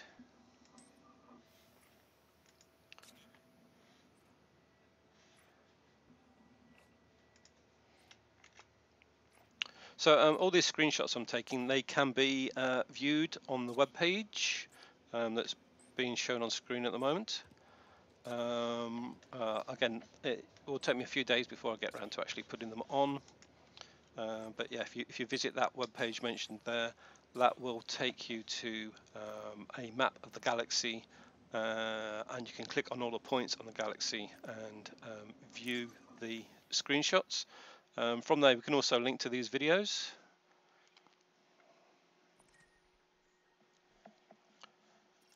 We are on that planet, so I'll use the name of that planet as the name of the screenshot.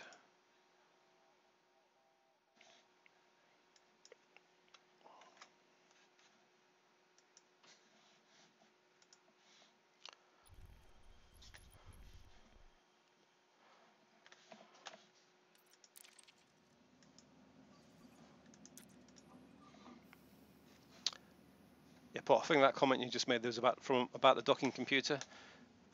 Yeah, they are a bit stupid. That's why I try and avoid them. Yeah, this is the purple SRV. I have a purple one and a black one with me. The reason I have two is because if I lose one, which I've done once so far on this trip, I wouldn't be able to sort of drive around the surface until I docked at the next fleet carrier, which can take a few days to get between fleet carriers, as it has done in this on this stretch of the journey.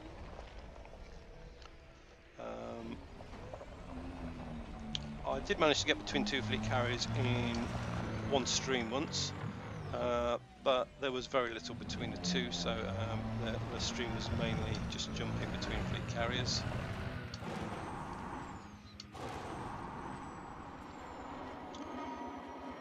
So we need to scan 3 lots of plants to get a full genome, and to be able to get money for scanning the plants. And you have to go different distances for different types of plants away from each other to be able to scan a slightly different species. And as we see in this case, I haven't gone far enough away, so we do have to travel further away. Some interesting rock formations over there, standing stones. Let's go over and have a quick look at those.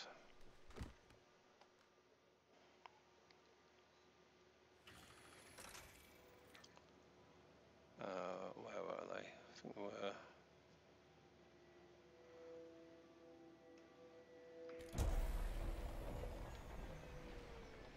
Let's see where they were now.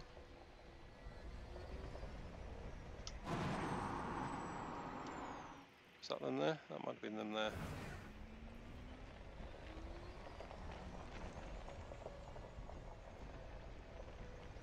Yeah, they're just at a strange angle. Okay, let's go and find some more of the plants. Some more here as well.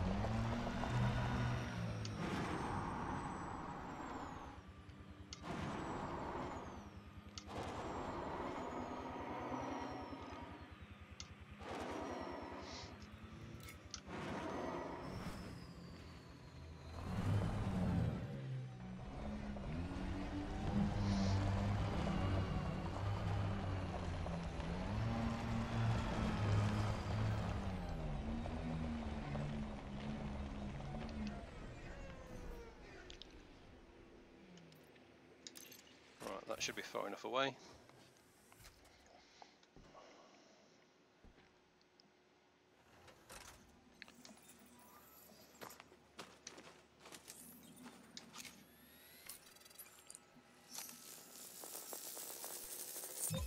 Yep. Right, so I need to do that one more time, and then we're finished with this planet. We can go and scan the next one.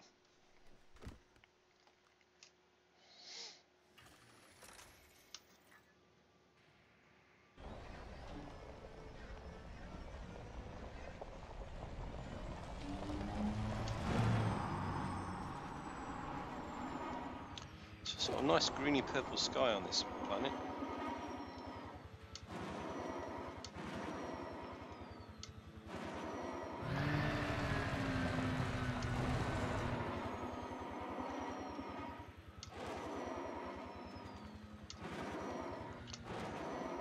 So try and land on that little flat bit there.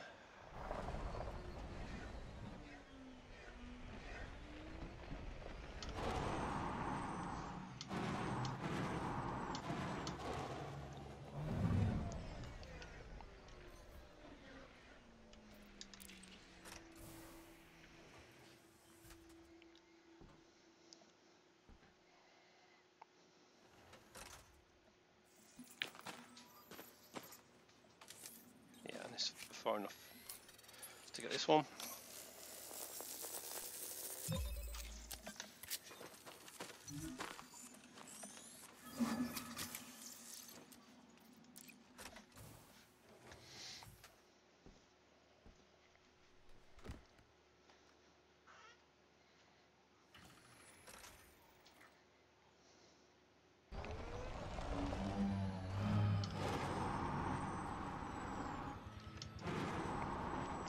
And we can see the planet that we're orbiting there as well. Oh, a bit of a crash.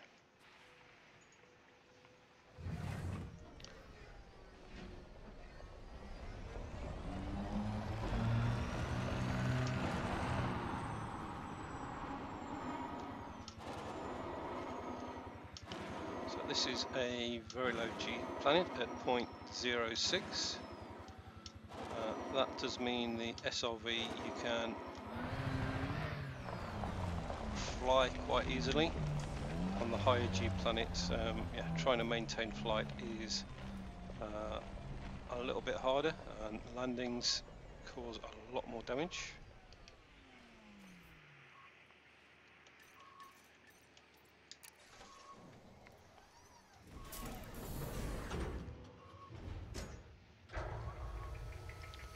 Yeah, when we scanned this planet, it did show there were two forms of biological life.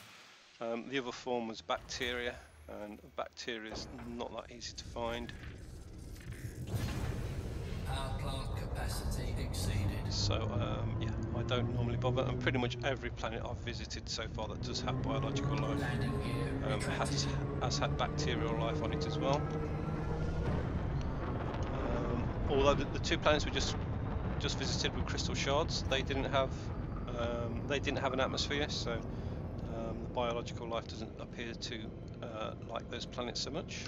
Frameshift drive charging. 4, 3, 2, 1. Engage.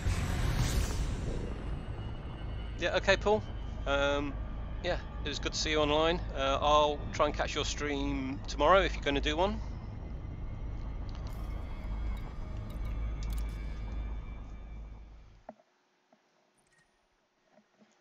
Yeah, and I'll have a look into that thing about the about page as well. Yeah, I didn't think about setting that up when I looked at it.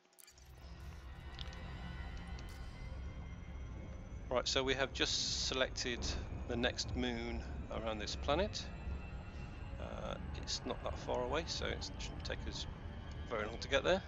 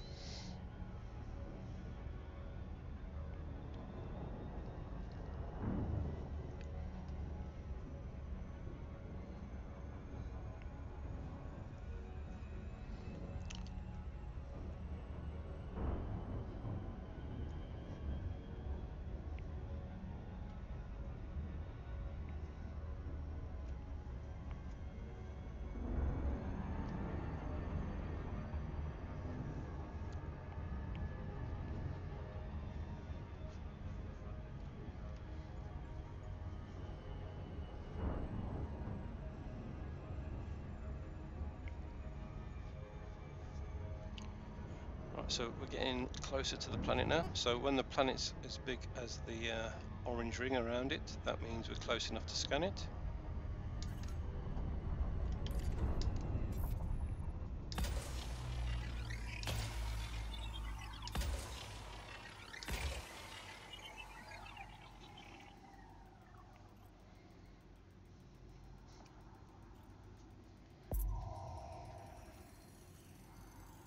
Surface scan by 50%.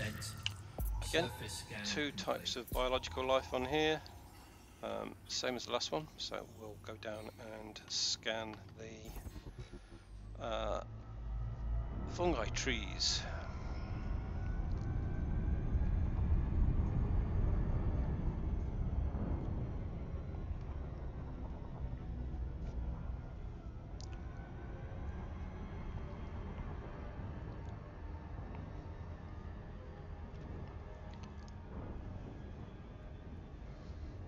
Orbital flight engaged.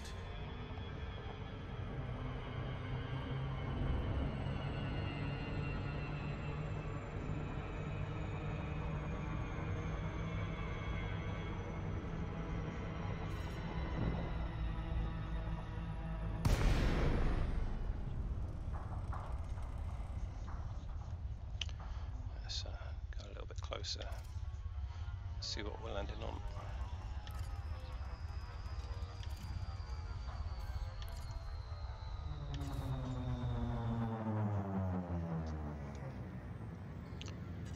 So relatively flat surface.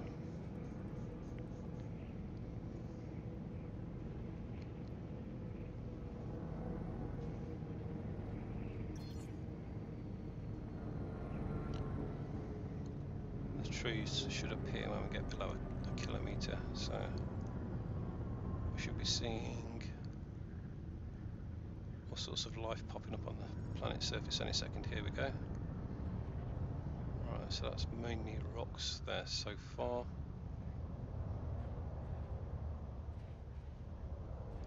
Right, there's some over there. So this time we'll do a totally manual landing. Landing gear deployed.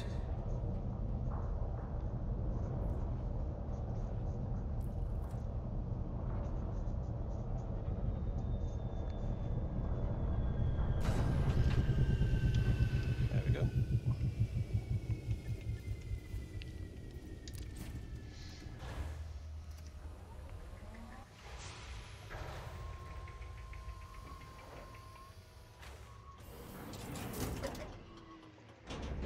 Low gravity warning.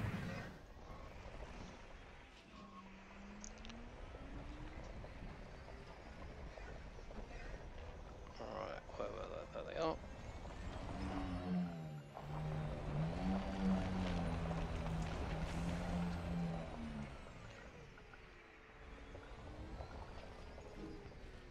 Alright, so I'll probably take a screenshot from inside the SRV this time. So let's try and get the SRV in a good location. Alright, pick the camera that is inside it. I wonder if I can do a shot from, there's a shot there from underneath the SRV. Can I move the camera around with those?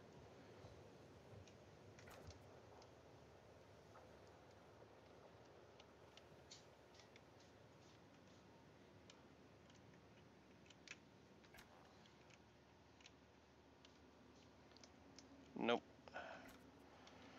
Alright, let's, what I was aiming to do is get a shot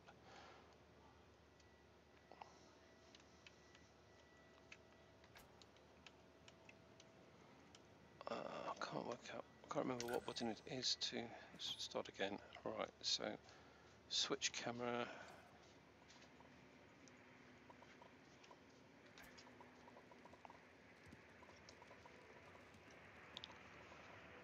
Right, so that's the sort of shot I want. Just want to get the sun in the background as well, and those plants. Yeah, there we go.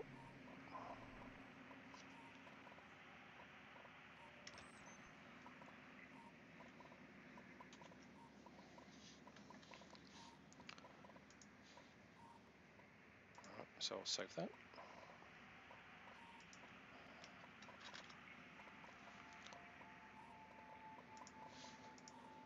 And I'll give it the name of the planet that we're on.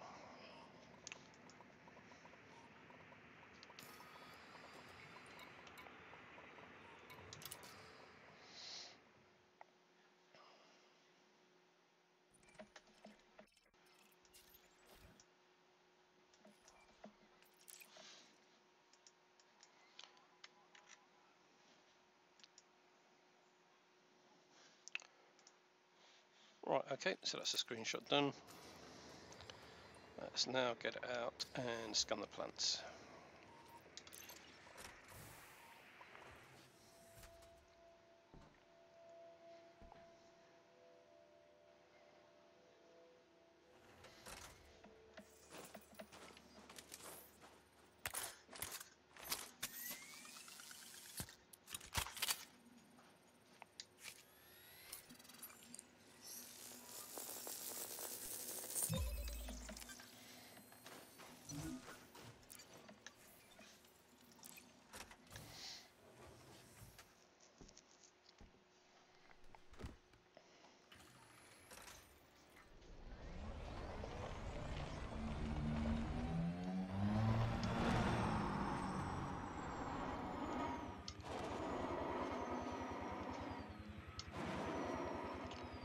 So it looks like there's probably not quite so many of those plants around here.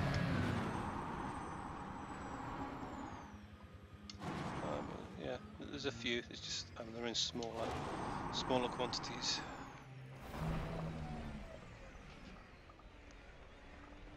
I'm not sure if these ones are far enough away. We'll just go to those next ones over there.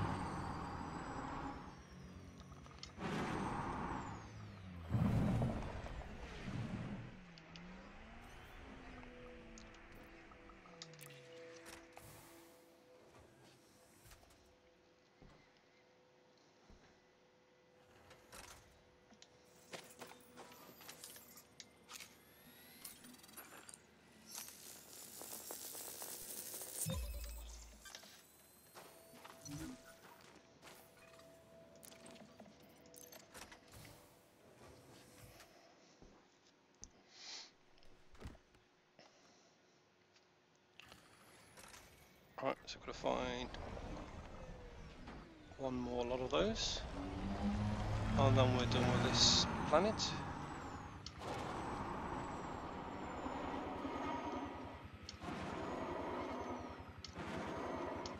What's G on this planet?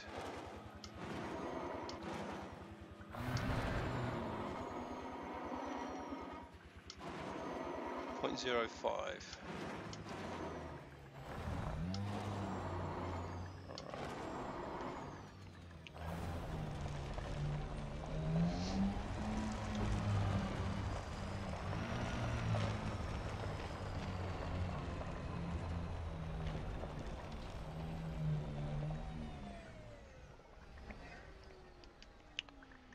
I can see on my radar there that there's also some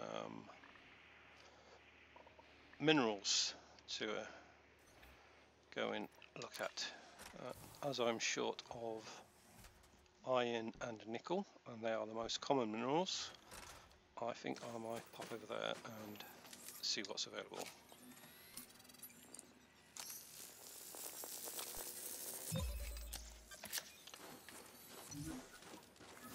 Right, so that is the biological sample complete.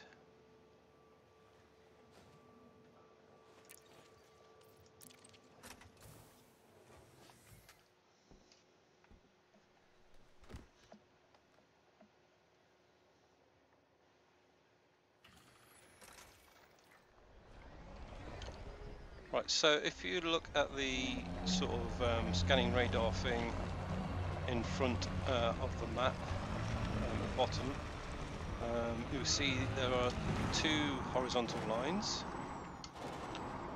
Those horizontal lines indicate a mineral or a rock with minerals in it. I think that particular horizontal bunch of horizontal lines represents bronzite.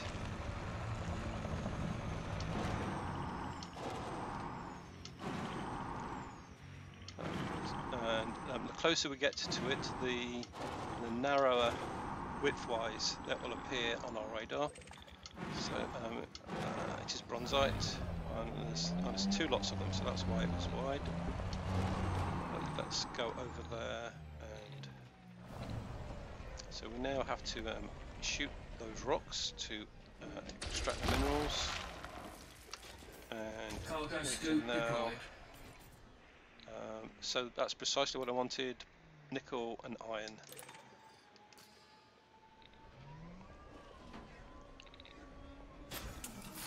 So each rock I pick up will be free nickel or free iron, and I used up 40 yesterday, so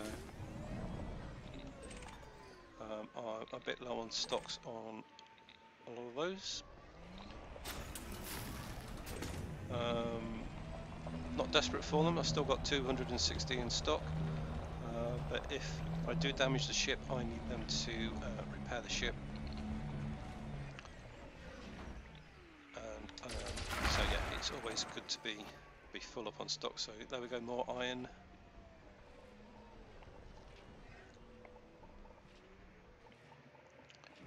It's a low G planet, so you do have to wait a while for them to land. What else did we get from there? More nickel. And there was another one that's just disappeared from our radar. I don't know where that's gone. It may have rolled down the hill.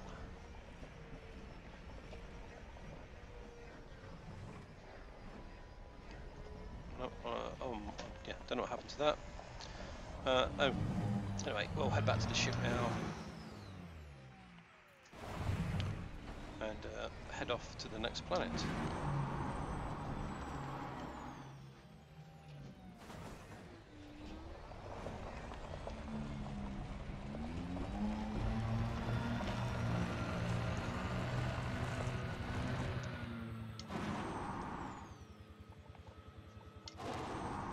Drive assist on.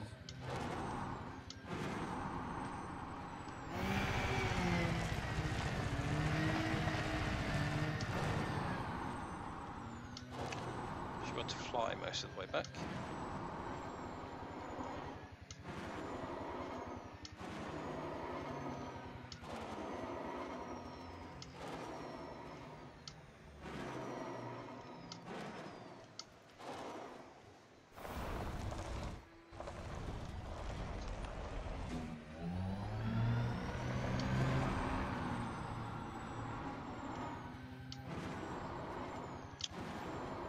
Yeah, when you're flying an SRV, you can't actually turn it while you're in the air, so you have to sort of point it the right direction and then jump. You can steer it a little bit, but yeah, you can't actually change the direction you're travelling in, because yeah, the thrusters basically only lift upwards. Right, so back on the ship.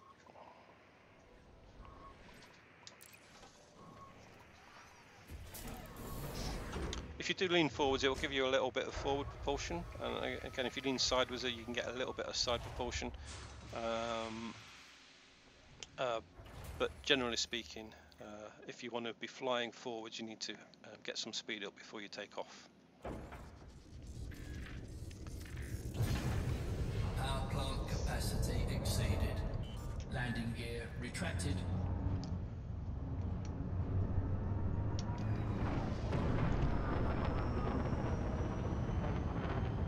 Okay, so just get a bit of altitude. Frameshift drive charging. Jump into Super Cruise. 4, 3, 2, 1. Engage. While we're getting out of the atmosphere of the planet, we will navigate our way to the next planet, which I think actually is a planet. Yeah, so we're over here at the moment. So these planets are orbiting these two stars. So this star is orbiting both of those, but further out. So that's why these are further away. And we have 1, 2, 3, 4, 5, 6 planets around that star where we can land that have atmospheres. When I was scanning the system as a whole, I didn't see many that did have an atmosphere, so I only saw one with I only saw one that had biological life on it. So we'll go and see what kind of biological life that is. Now that is quite a long way away, and we're also in the gravity well of a planet, so that is probably going to take us about 10 minutes to get there. So while we're doing that, I'll do a quick recap of the journey so far.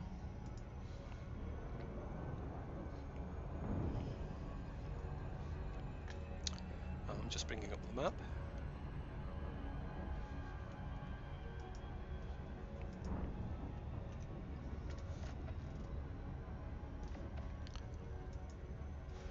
Right, okay, so this is the map of the galaxy. Sol and the bubble is here, so that's where we started. We travelled pretty quickly, not stopping for very much, all the way to this tip of the spiral arm, and there's a fleet carrier there, so that was our first stopping point.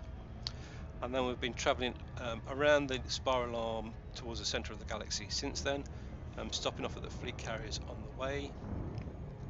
Yes, if you click on any of these, it will show you some of the screenshots from there, and there'll also be a link to a video if we did a video in that system.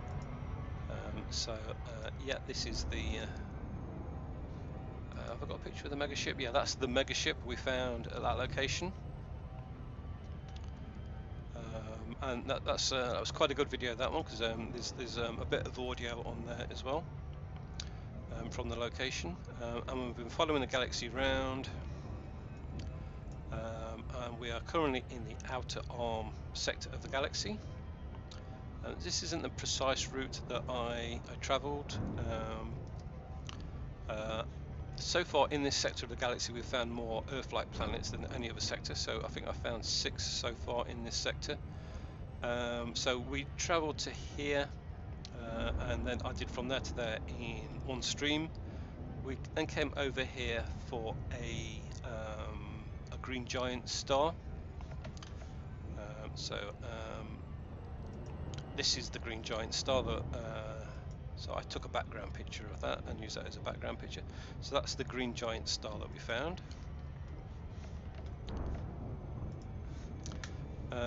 We then came over here to a nebula where I started this stream, and we are heading to this fleet carrier over here, which is in the next sector of the galaxy called the Conduit. And then we'll be continuing in, spiraling towards the center of the galaxy. Then from there we'll spiral out towards the far side of the galaxy. So this fleet carrier I think is a Beagle Point, which is the furthest point in the galaxy from Sol that you can get if you're not using an engineered ship.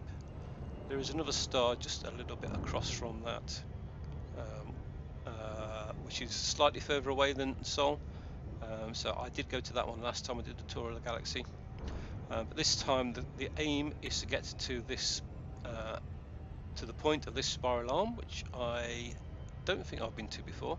I did travel quite close to that. I have travelled through this bit here before, so yeah, so I shall be going to that. I'll then be coming to this fleet carrier.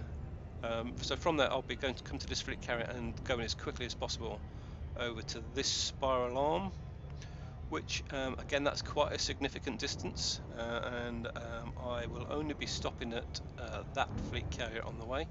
I won't be doing a great deal of exploring on there, so it's mainly just travelling time. And then from this point of the galaxy I'll be travelling the spiral arm all the way through till we get to Colonia, so I will stop off at Colonia. Hopefully by the time I get to Colonia, the new engineers at Colonia will be in existence, and if that's the case I shall spend however long it takes in Colonia to collect those engineers. Then we'll be travelling all the way back into the centre of the galaxy, so again this will be a pretty short stretch between space stations. Then we'll be travelling out from the centre of the galaxy around the spiral arm, that will take us all the way to the sort of eastern tip of the galaxy, and then from the eastern tip I'll be doing again as quick as possible back to this fleet carrier, which is in this sector of the galaxy, which by that point will be the only sector I haven't visited, and we'll be travelling from that and then back to the bubble. So yeah, that is the planned route. We're now about halfway to the next star. Also on here we have so this is the sort of the log of what we've been doing so far. Next to it we have a link to my in-era commander, so you can find out all about my commander from there. Over here we have the ship specs of the ship we're flying, and here we have a link to my last tour of the galaxy, which it did cover all sectors in the galaxy, but on that trip I did it in the shortest possible route. This time I'm doing it in probably the longest possible route. There's also a link to the YouTube channel and to Twitch. So yeah, so it's Twitch where you're watching me now. And just to give you a little bit of an idea of the scale of the galaxy, each one of these is 10,000 light years. So the distance from Sol to the center of the galaxy is about 45,000 light years, if I remember right. And so far I've covered about 130,000 light years, probably a little bit more now, probably more like 150,000 light years. And this total trip is probably going to be somewhere in the region of 630,000 light years. Right, I didn't see any questions coming during that because I've got this window over the top of that window.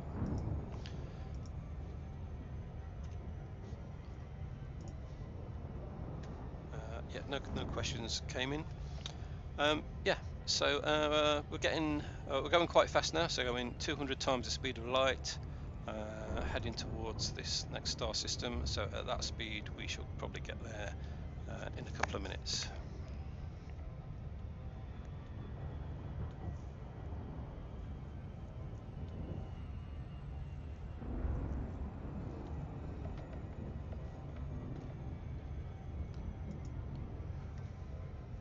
Right, so yeah, what we're looking at now is the inside of the ship from the co-pilot seat. At the moment we can't actually get up and walk around inside the ships, although that has been a highly requested feature, but at the moment they're not planning to do that. But again, as we can see from this shot there is quite a lot of internal content to the ships already.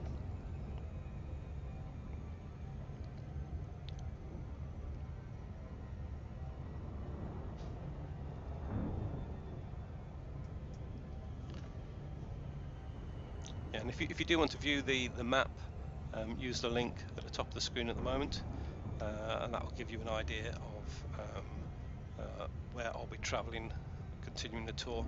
I think at the moment I'm now about five weeks in, maybe 6 weeks in, and I reckon I've probably done about an eighth of the total tour.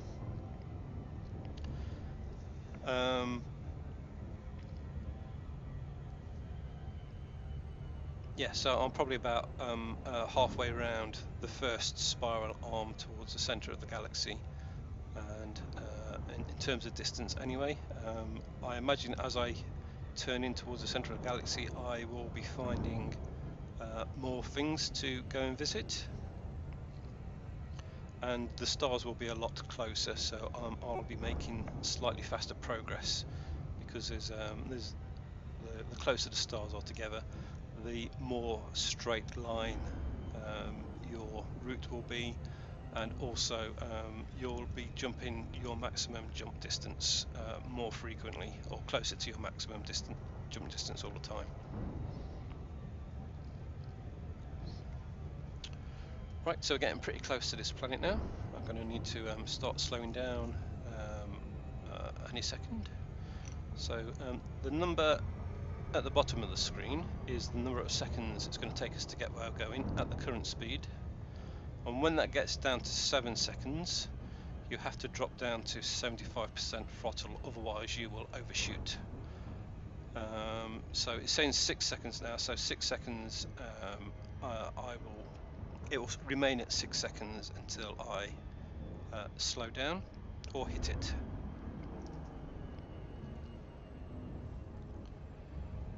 Again, when the planet's as big as the arc around it, that means we're close enough to scan the planet. So I can throttle back just before we get there, and then switch mode, and then we can scan the planet.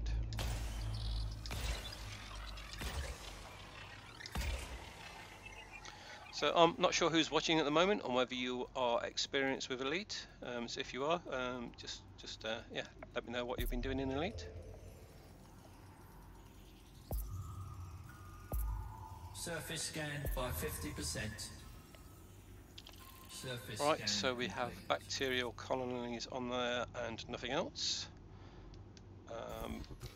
So if it's just bacteria, I don't bother scanning it, because pretty much every planet with life on has got bacteria. So I'll just scan these other planets that have an atmosphere. It shouldn't be so far between these now. So 800 light seconds. If you don't know, 800 light seconds, the distance from Earth to the Sun is 500 light seconds. And the distance from the Earth to the Moon is about 4.6 light seconds, if I remember right.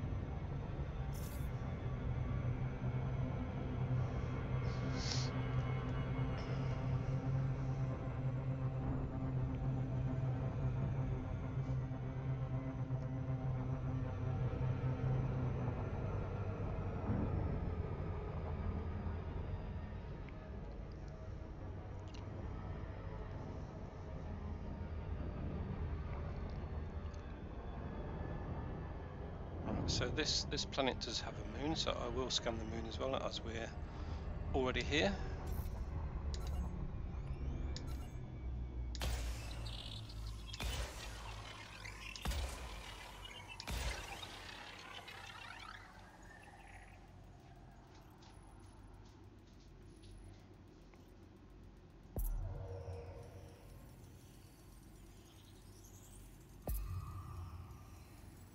Surface scanned by 50%.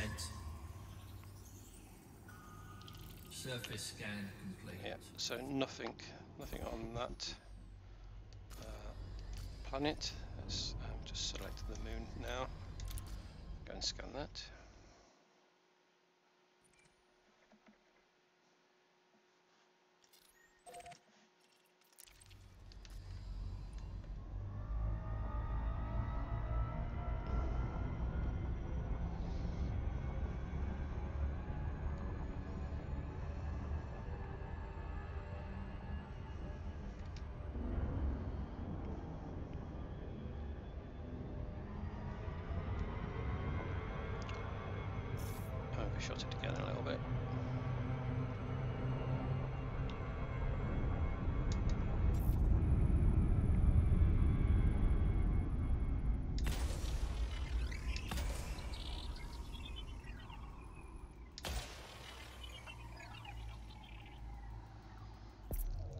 pretty sure there'll be nothing on the moon as it didn't have an atmosphere.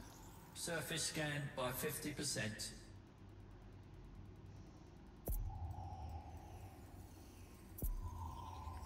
Surface scan complete. Yeah, nothing on there. So next planet.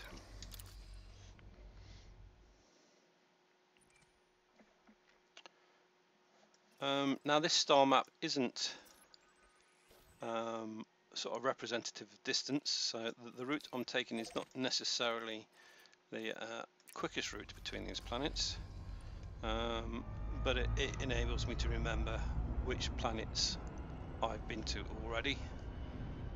We can view the system map in a different view, so if I go to the system map, I can choose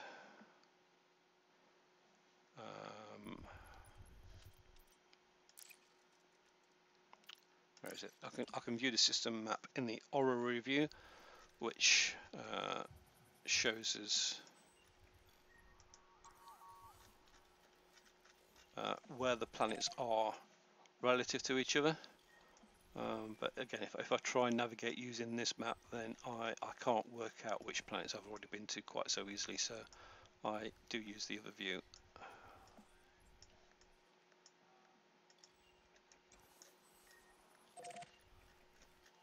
Yeah, so back to the sort of standard map view.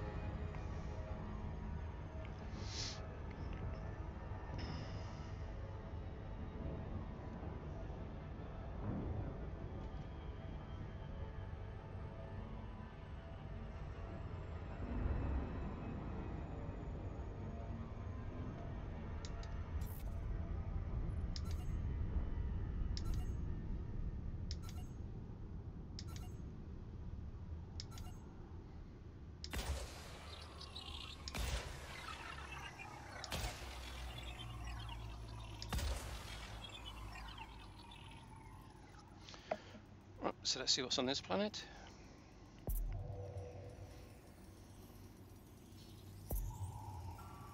Surface scan by 50%. Surface scan Again, complete. just bacterial life on this planet, so I shall not be bothering to land on that one.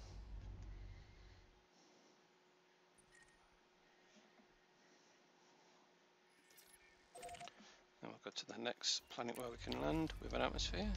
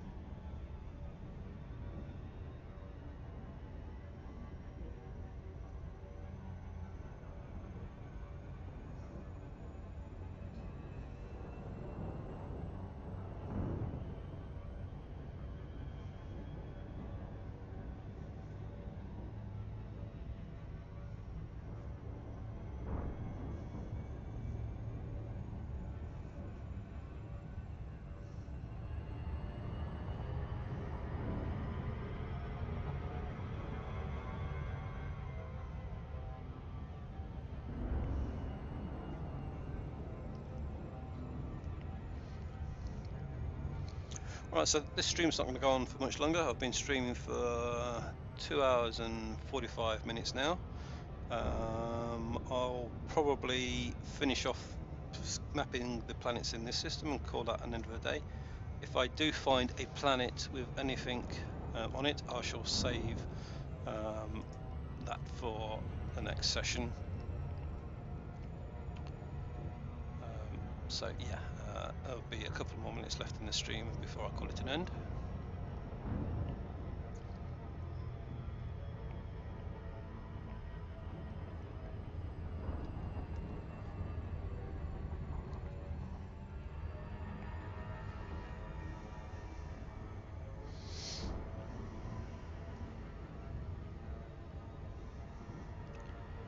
That's a red-looking planet. They all look like white ones from the system map.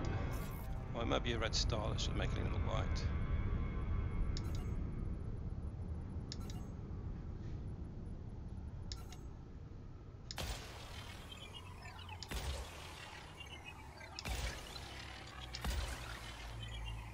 Can I see the star from here?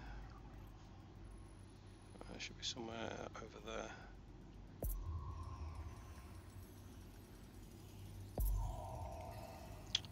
Right, what have we got here? Surface scan by 50%. Surface scan. Again, just bacteria.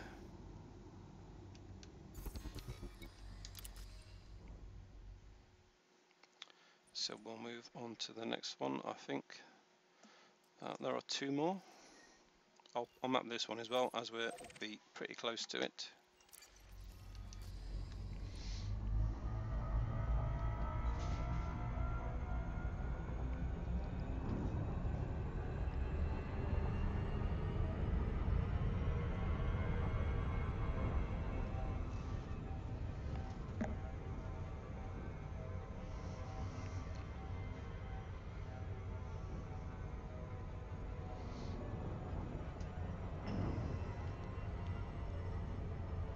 When you're accelerating away from a planet in Elite, the speed you go, or the speed you accelerate, is more to do with how far you are from a planet than it is to do with how powerful your spaceship is. Particularly when you're in Super Cruise. In Super Cruise, everything goes at the same speed, basically.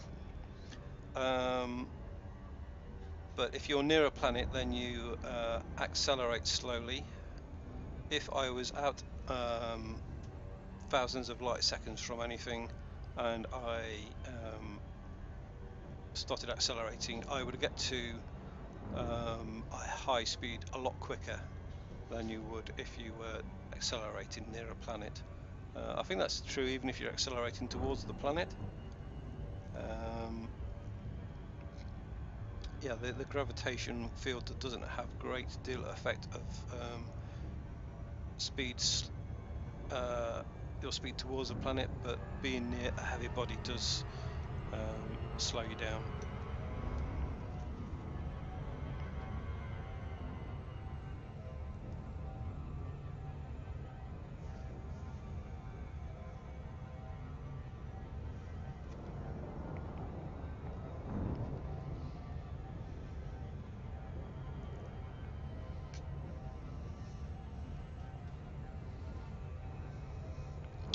I've just realised my avatar's stopped animating. Let's wake that up again. Yeah, it stops after 90 minutes, so it's probably been static for the last hour.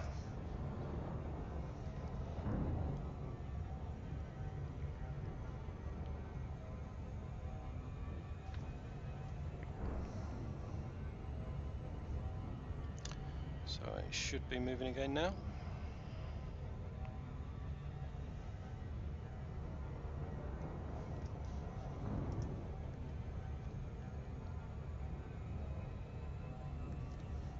Yeah, there we go, it's moving again.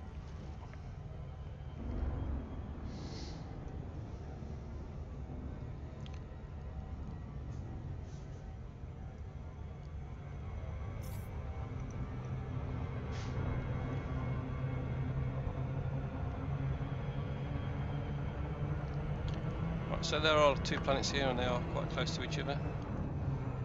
Actually, as as I'm closer to that one, I shall go and scan that one first.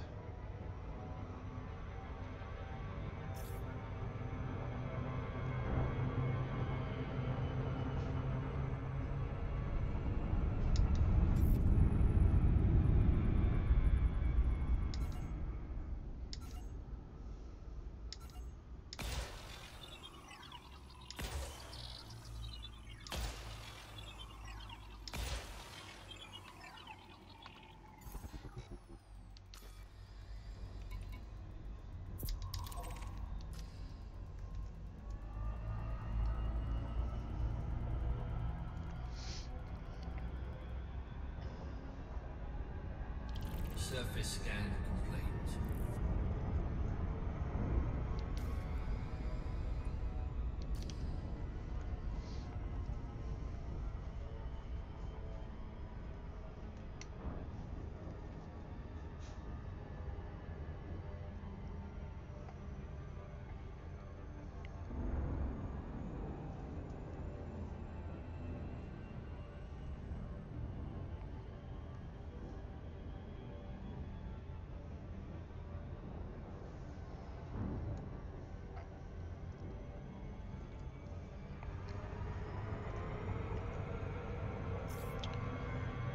Overshot again.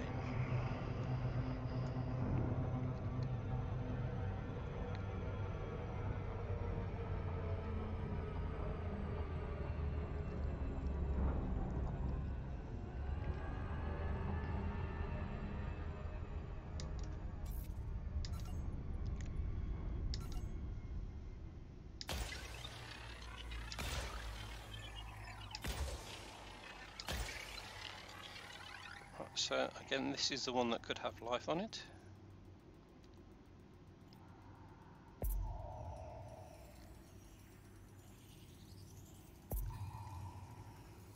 Surface scan by 50%. Surface scan complete. Nope, no life on that one.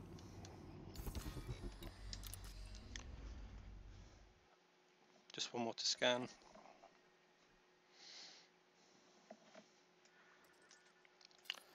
Just this one out here.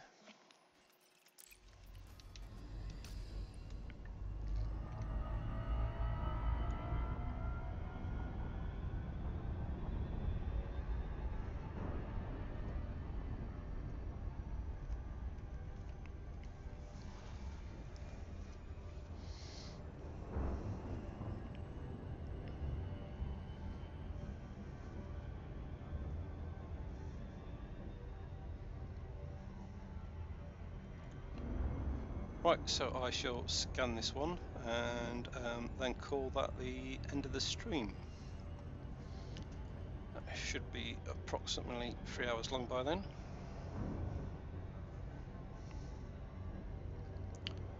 So in the stream we started off in a planetary nebula, and we have found two moons, or planets or moons, with crystal shards on them.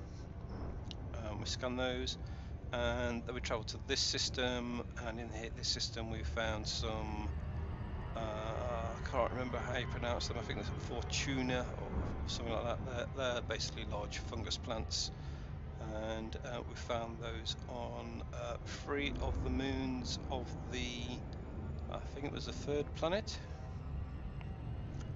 And now this is the last planet we're heading to now, around the most distant star from the main star, and this is the last place there could possibly be life in this system.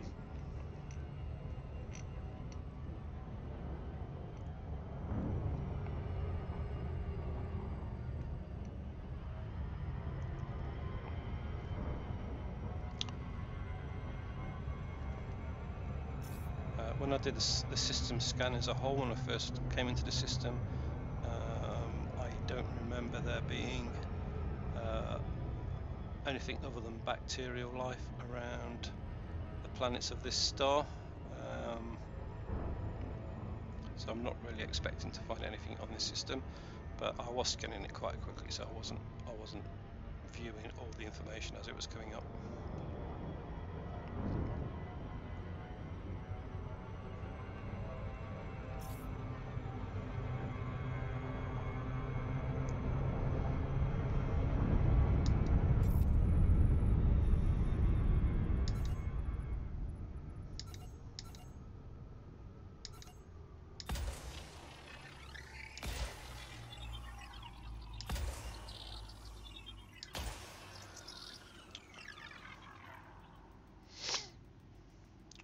Right, so let's see what's here.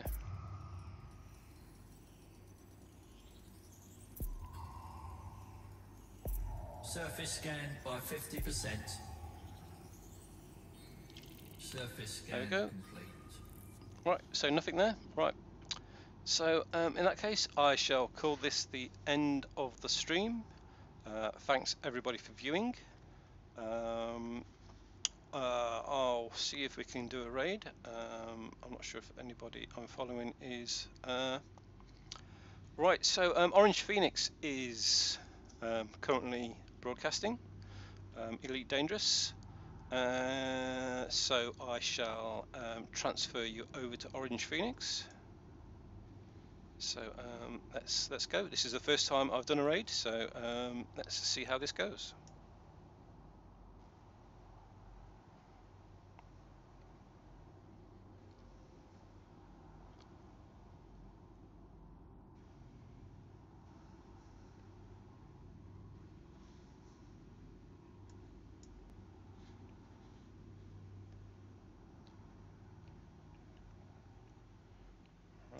Right. I think that is it. I think that has been transferred over to Orange Phoenix. I am not sure.